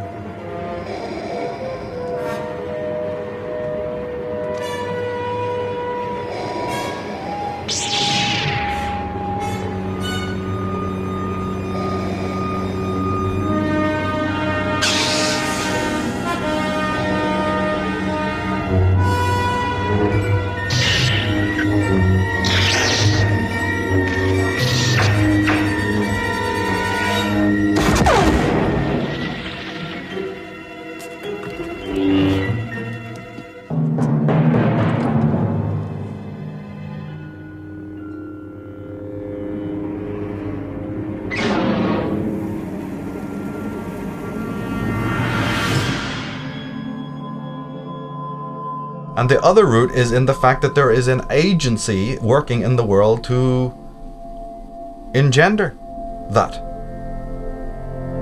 Now, luckily in the conspiracy movement today, what's jokingly called the conspiracy movement, or I prefer to call it the alternative research community, we have now authors and people from all walks of life who are investigating that fact, that second root. That we think that this is not by chance. We don't really think that man is that immoral. We don't really think that man of his own nature will run around, fighting wars and building napalm bombs and all that. So maybe there's something else going on. Finally, the human race is waking up to the fact that yes, that's right. Somebody has kickstarted this and maintains it through the perpetuation of people's false allegiances and all the rest of it. And I'm very happy and glad to see that taking place, this removing of the lid, which is astrologically connected to Pluto, the planet Pluto, or the archetype Pluto, or the New Age. The real truth about the New Age is that the revelations that arise because man gets sharper in his critical ability and starts to look beneath the surface of reality. That's great. What I'd really like to see, though, and what I'm hoping to very much help pioneer in this era, is more attention on the first root as well, which is that human beings need to examine their own private consciousness to understand some of the dynamics of the full psyche, not just the ego and not just the programmed brain self, because the brain is a machine programmed by the world. But then you also come in with a thing called the mind, which has been programmed over millennia or generations. People need to know about the tripartite division or schemata of the ego, of the brain, of consciousness, from the Freudian point of view. They should also find out about the quaternity schemata of Jung. It was a little bit similar to Freud, but a little bit different. These people have, understood the dynamics, the anatomy of something that you can't see, consciousness. People know about the body. You got 2 arms, you got 2 legs, you got 1 head. Okay, well then what is the anatomy of your consciousness? Anybody ever thought about that? Well, yes, somebody did. It's called Sigmund Freud. People need to pick up his books, get on the web, and find out what is the anatomy of your consciousness. What is thinking? How do you think? What is thinking? How does that happen? What is thought? Who's thinking about thought? Because if you don't ask these questions, you're not going to have too much of an understanding of what might be spirit or all of that. You're looking for the spiritual, but if you don't know what you are, how can you ever find out the other? So the real journey now begins. All of these traumas and tragedies are in a way a catalyst. Sad but true that man has to learn through tragedy, but then, hey, wait a minute, even the Greeks knew that as far back as you go, if man is left without tragedy, he'll just sit on his ass and do nothing all day long. He will sun himself and he will take care of his narcissistic, personal, sensationalistic needs, and nothing of any other thing will cross his mind ever. So unfortunately, the universe, nature, whatever you want to call it, fate, has to sort of deliver man what we would call tragedy, and therefore it wakes him up. It's a catalyst to him looking at deeper things. This is very, very necessary. And one of those areas now is that he needs to really continue the investigation of his own thinking, his own consciousness, and realize that the secrets, that's where the secrets lie.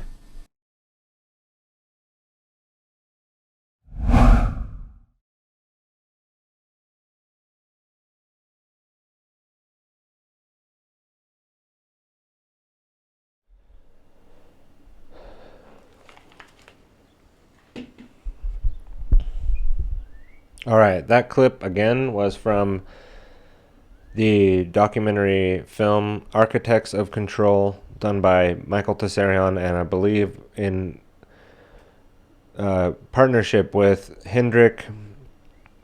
I don't even want to try to remember his last name. The guy from Red Ice Creations or Red Ice Media. It's like Palmgren, I believe. Hendrik Palmgren, something like that. Probably slaughtering it.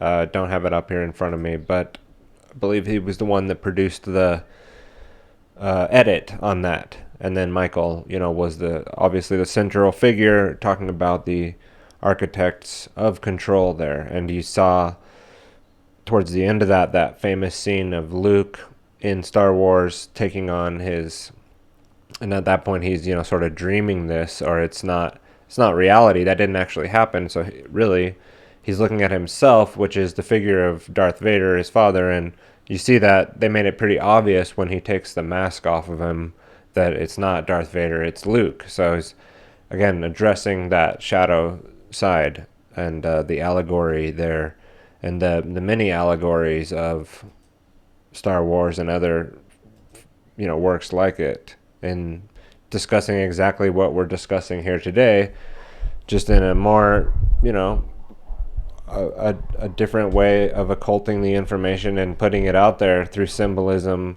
through film, through art. And, that's basically what Lucas was trying to do there in Star Wars. Sorry, just getting my bearings here again. Give me 1 second. Actually, let me close the window. We're going to talk about solutions. Hold on 1 sec.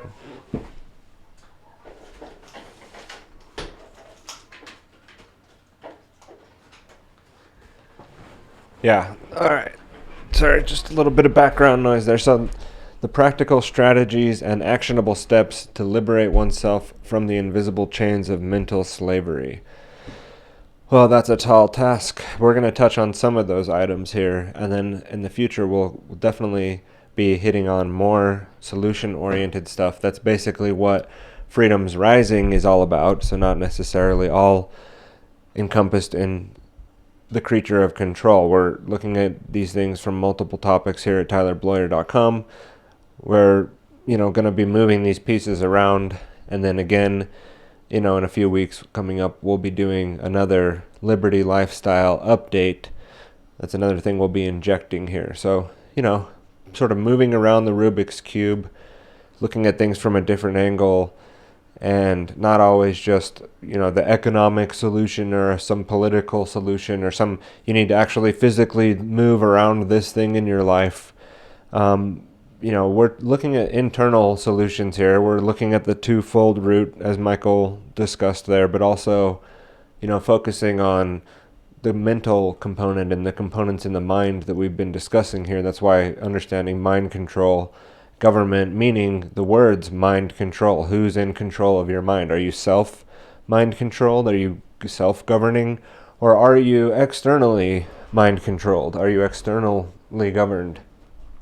So, moving into solutions, we have temperance, unveiling, or, that's the subtitle, but the important topic of temperance, or the importance of self-control and moderation in breaking free from the shackles of mental slavery. So, a form of mindfulness in action, or, one of the qualities of someone who really is self-reliant and in control in their life, that of temperance. And Sun Tzu, The Art of War, says, in the midst of chaos, there's also opportunity. So, again, a perspective thing. Is it, it's all falling apart, oh my God, the world is all falling apart all the time, it's all, or how can we leverage what we have now available to us to achieve our mission anyway? And maybe like the Jocko Willink, good video. If you've ever seen that, type that in after this is over, of course. But looking at things from a different way, like shit's starting to fall apart. Well, good. That's an opportunity for us to learn how to fix that shit. This thing that's having a problem, or the massive change and upheaval, gives us an opportunity to work on some new businesses that address those things, or that ride that wave of the next generation thing, So, with the ebb and flow, there's a flow too. There's not just ebb, and it's not just doom and gloom. And sometimes it's in how you look at it. A very important quote in that direction here from Viktor Frankl in Man's Search for Meaning is, everything can be taken from a man but one thing, the last of human freedoms, to choose one's attitude in any given set of circumstances. And I believe the rest of the quote is to choose one's way or something like that, to choose one's own way. And Austrian, sociologist, philosopher of sorts, a teacher of dealing with mentally tough times, of surviving through the Holocaust, and realizing that what really people were looking for in life was meaning, and what people really wanted out of life was a sense of purpose, and that sense of purpose had been lost in people, and especially young men not knowing, what their purpose was in life. And Man's Search for Meaning, definitely recommended piece of work. And this quote here is sort of an essence of that idea that we can choose how we react voluntarily, of course, right? No, the voluntarist thing, right? We get to choose. We are in control of our actions. We are able to respond. That's our ability that we have, is our responsibility to be ready and prepared in situations that come up and be realistic about reality. And who's, back to that example of that sovereign movement individual in Farmington, Utah that got, blown away by the cops on the side of the road getting into an argument about a passport. He didn't have to respond in that way. And I don't think that that's the time and the place right now. Although, in many ways, responding with self-defense to the aggression and to the coercion and to the duress is the correct natural law thing to do. It is the way to immediately enact justice then and there. But I think as human beings, as dynamic thinkers and dynamic planners, we can respond in a more strategic way that keeps us, here still being able to respond and not, in 6 feet in the ground. I really don't think that's the time and the place that we're in right now, to say it, in sort of a sarcastic manner.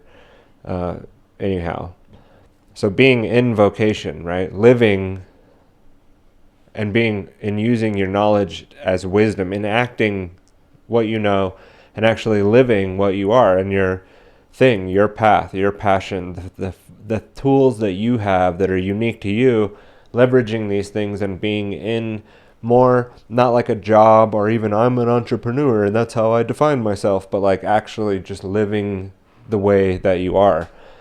So here, free humans explore their true passions and purpose as a means to transcend mental bondage. And so that's a far cry different from being in a contract or being an employee. It's not that you can't be those things as well, but, seeing those as tools that we use, such as limited liability or other ways of contracting under, as an employee even. But if you're living your passion, if you're pursuing your purpose, if you're in man's search for meaning, such as Viktor Frankl mentioned, then that's a different term. We're not using the same terms here. That's a vocational, actually just living your life and living your best life. And to get freedom from control, we have Gandhi here who says, be the change that you wish to see in the world. So again, the same take on the exit and builds theme like a month back, which was quit bitching and start building, and not like, again, that we're going to move some things around and then boom, freedom happens, or like we'll start using Bitcoin and then freedom happens, or like the people, that I come across a lot is like, I've got my generator, I've got my solar panels, boom, freedom happened, like the goats, freedom. And it's not that you shouldn't pursue those things. Again, let's try to think about this, what I'm actually saying. I'm just saying that this shift that needs to happen, what would stop a government that becomes more and more and more tyrannical from coming after what you have on your little plot? Maybe that's not okay with the neo-communist New World Order for you to have all that goats and solar panels and stuff. So you need to give that back to the group and, redistribute what you have. I mean, what would stop them? So you doing that is good, but it's not going to fix the problem that's out there. We're not actually addressing the problem by doing those things. We're just making sure that we can take care of what we're responsible for, not letting things atrophy around us, and bringing up children and family members. You need to have, a nice platform for them to be on. You don't want it all falling apart. So of course, it's good to do all the preparedness, financial preparedness, physical preparedness, all those things. But what we're talking about here is actually we need to look a lot deeper at that creature of control and find out where the roots are actually at and start addressing those things, which is through consciousness, which is through changing consciousness in other people, through speaking to them and showing them through your actions and living that as a real, in the real, this is what you are, human being.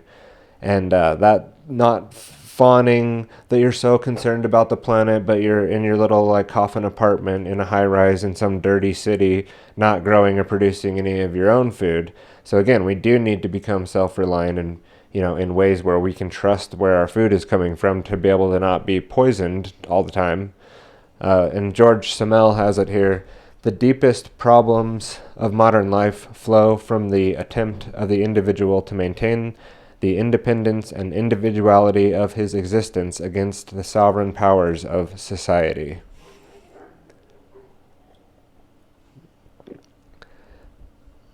The Philosophy of Money by George Simmel.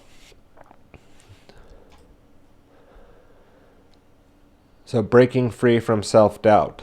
Self-doubt hinders liberation from mental slavery. So again, part of the solution is getting out of the scarcity mentality, learned helplessness, negative self-talk, problems. What are people going to think about me if I come out with a podcast and say all these things? What if somebody I work with hears this? Or what if, this is all stuff that's just getting in the way of you, getting in motion and getting active and actually being the change that you want to see in the world through, it doesn't look quite right, or I'm not doing it just perfect. And, perfect being the enemy of the done.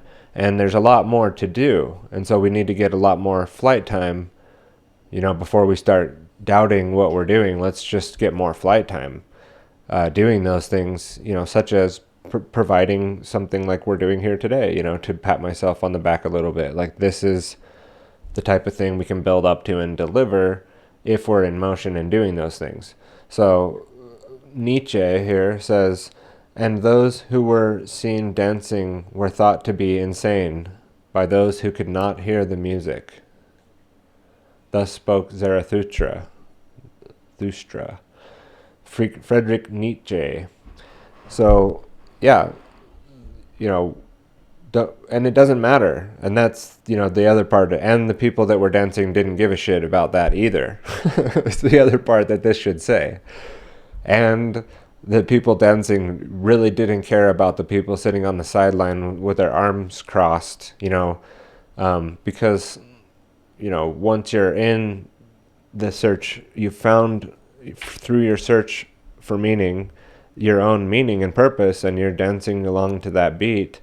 It's not like, angels come in and lift you off your feet and everything becomes easy. It's not like that at all. It's just, at that point you're hearing the music. You're actually moving to what your purpose is to do. So discipline. And okay, here's the they live reference again. And, super offensive guy holding, what looks to be some pretty big rifles there.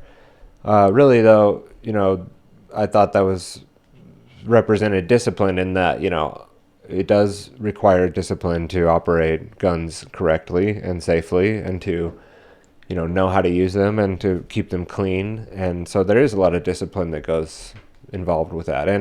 And he's out kicking ass and chewing bubblegum, and he's all out of bubblegum, right? So he's also taking care of business, helping other people see the problem and addressing the problem. So definitely an allegorical flick, They Live. But it says the role of discipline in developing habits and routines that empower individuals to resist mental slavery. So we have to enact our free will to take the actions required and necessary to be able to put in future reps and to be prepared when we need to act and not be backed into a corner of, well, I couldn't do anything else at the time, so I had to go along with A, B, C, D, E, F, G, right? So preparedness in that way, and a modern survivalism, someone who I really appreciate their work and consider him a friend as well would be Derek Brose here, has it from Freedom from Control. How do we do that, Derek? He says the key to freedom is decentralization. The key to decentralization is community. The key to community is individual sovereignty. And the key to individual sovereignty is knowledge and self-awareness. And that's Derek Brose from the Conscious Resistance Trilogy.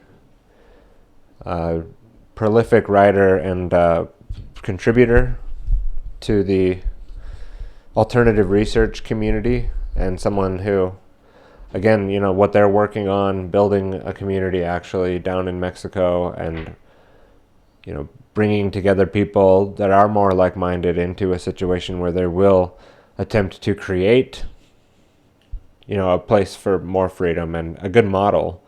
Doesn't mean, though, again, to me, that's the solution, and if you're not doing that, then you're not enacting a solution. That I don't think that's what that means at all, that you have to exit and build. You can build, and you don't necessarily have to exit. You should exit the systems of mind control. You should exit the systems of slavery and tyranny and not be willing slaves and doing those things willingly. But exiting those things doesn't necessarily, that you can do that in a quiet room with the lights off, with your eyes closed, just meditating and going through mindfulness of what your actions are each day and how you're not necessarily contributing. You're living in contradiction. You're constantly contradicting the things you say you want with your actions, right? Those things can be analyzed without going and building a community in Morelia, Mexico. And they can be done anywhere where you're at. We don't need to relocate equals freedom, right? Like we described, that's a contradiction in itself. And it's also very selfish to think that that's what freedom is in whole. Now, I'm not taking away from what they're doing down there. Again, we're trying to look at things equally on all sides here. That's all. Mr. Etienne de la Boite. Etienne says, resolve to serve no more, and you are at once freed. I do not ask that you place hands upon the tyrant to topple him over, but simply that you support him no longer. And that's from The Politics of Obedience, Mr. Etienne de la Boite.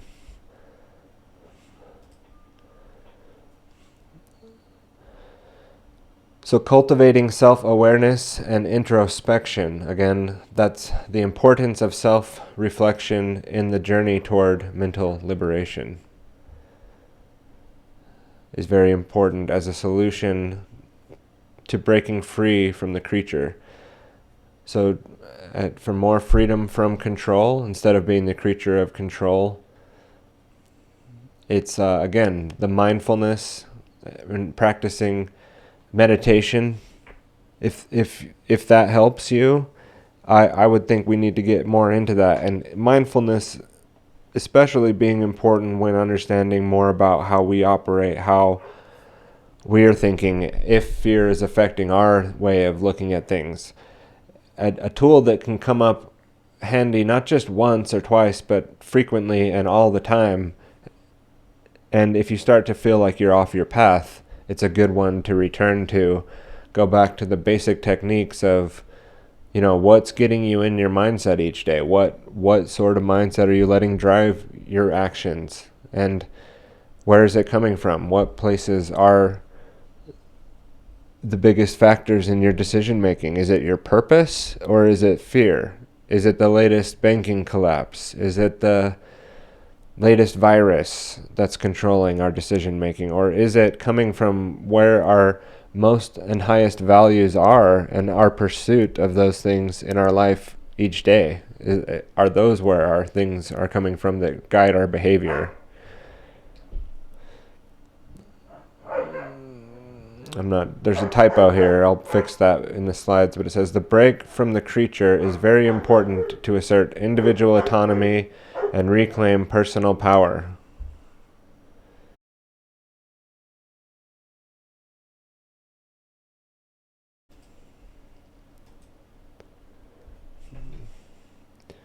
So that's part of freedom from control.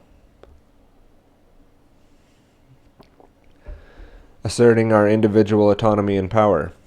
So the last slide I have here is, I will not be pushed, filed, stamped, indexed, briefed, debriefed, or numbered. My life is my own. Those that have seen The Prisoner will get the reference here. And this is more in the Ayn Randian selfishness theme here. Not like, oh, I'm just this staunch individualist that's so unique and such a unique snowflake that I don't go along with anything that has to do with society, or again, not being obstinate or indifferent or, overly skeptical just because, but rather, who is number one? That's the one thing I'll give away, but I'm not going to give away who's really the number one of the village. But in the series, there's a little clue when he says, who is number one? Because they say, who am I? Is what he says. And they say, you are number 6. And he says, I am the new number 2, the guy that's always explaining it to him. And then he always asks, well, who is number 1? Patrick McGowan's character asks that. And then they always just reply and say, you are number 6. So again, you are number 1. You are, if you want to know where the slave system begins, let's go look in the mirror, right? That's where it starts and ends.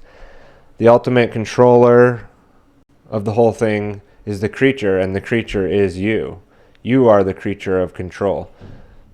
And that creature of control, yes, it's manipulated because there are occult rulers and masters on this planet that they know more about our consciousness than we do.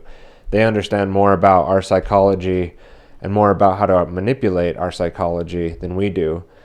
But in a way, yeah, in here it's a little bit spiteful and a little bit prideful and saying, my life is my own.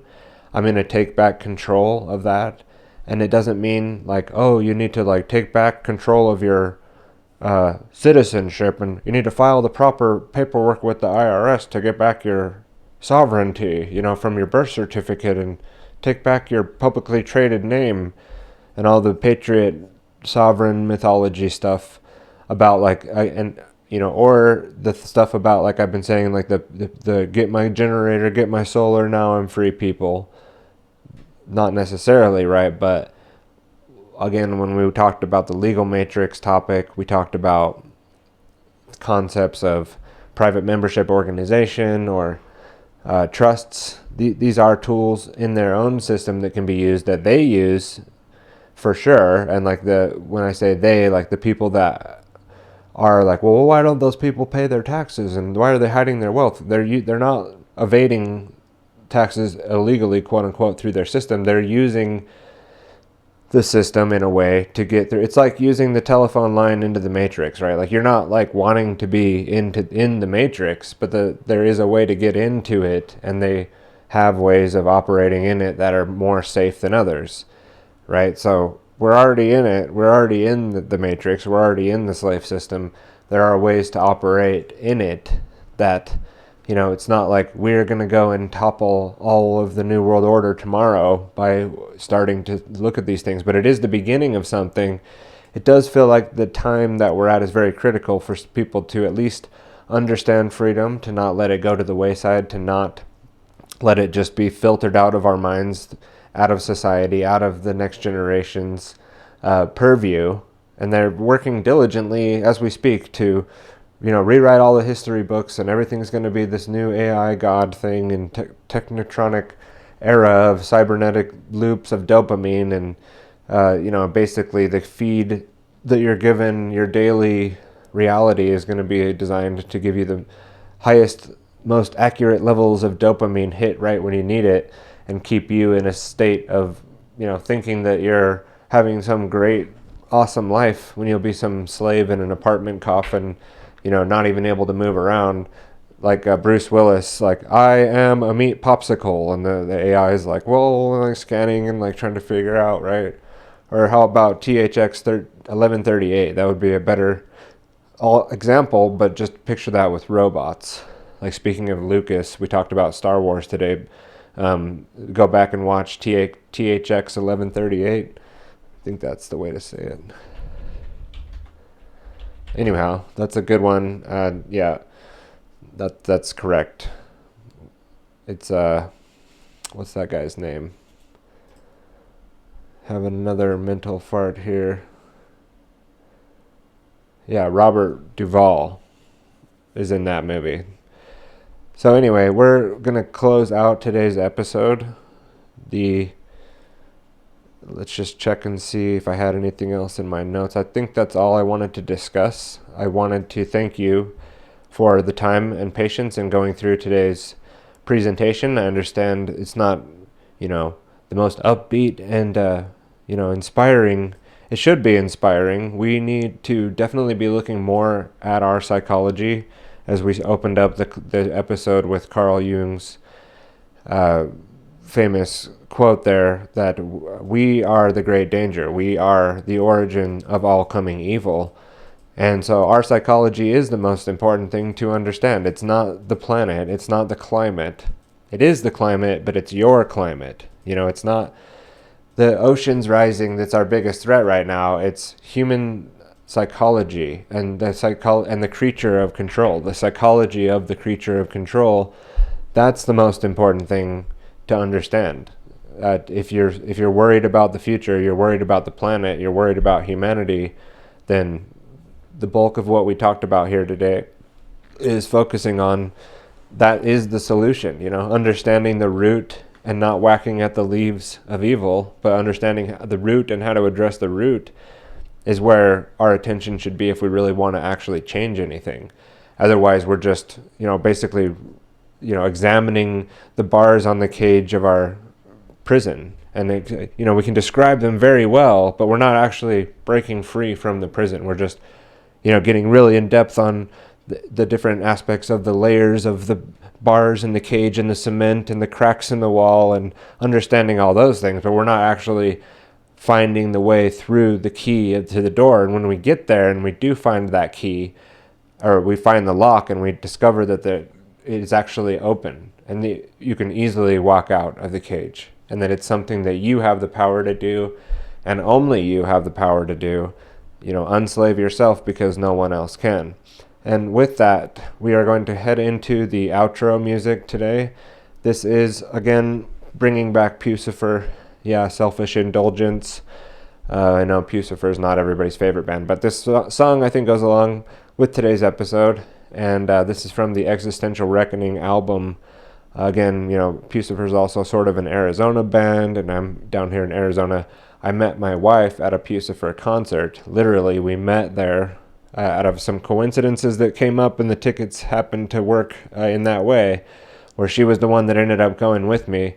It's a great story you'll have to tell sometime. But yeah, so that's another reason, like, Pucifer is a meaningful band to me, and it's, again, a self-indulgence. Maybe this whole episode sort of was. This is something I've had in mind to talk about for a while now. On this show, I've talked about many times on my streams about how I was going to continue the creature of control. And I had some slides that I was working on that were part of what you just saw. But that slide deck always just kind of kept getting pushed along. And I finally thought, we've been discussing on these more freeform shows lately, a lot more just, going back again and retouching on Freedom's Rising, retouching on falling into the movement traps, retouching on Liberty Lifestyle, retouching on the creature of control. Why not bring out the creature of control deck that I've been working on and pack it into this episode? So we're under 3 hours, so that's a victory. We're a little over 2 hours, so it wasn't even that long, and we have a lot more to go on this topic. We have more slide decks and presentations that need to be done on the creature. So again, appreciate everybody's time today, and we'll be back in next week for more TylerBloyer.com shenanigans, and then we'll have a week off and then be back with a Liberty Lifestyle update coming along on July 1st. So that's what we have to look forward to. Everyone have a wonderful day. We'll talk to you next time. Thank you.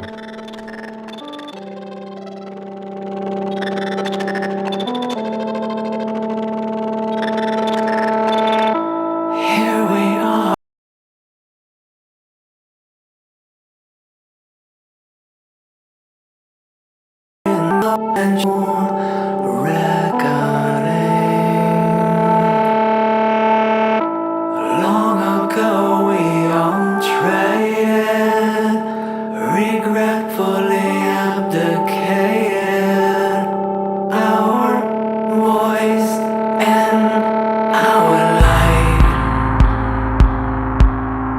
Self-sovereignty, charge our command, and me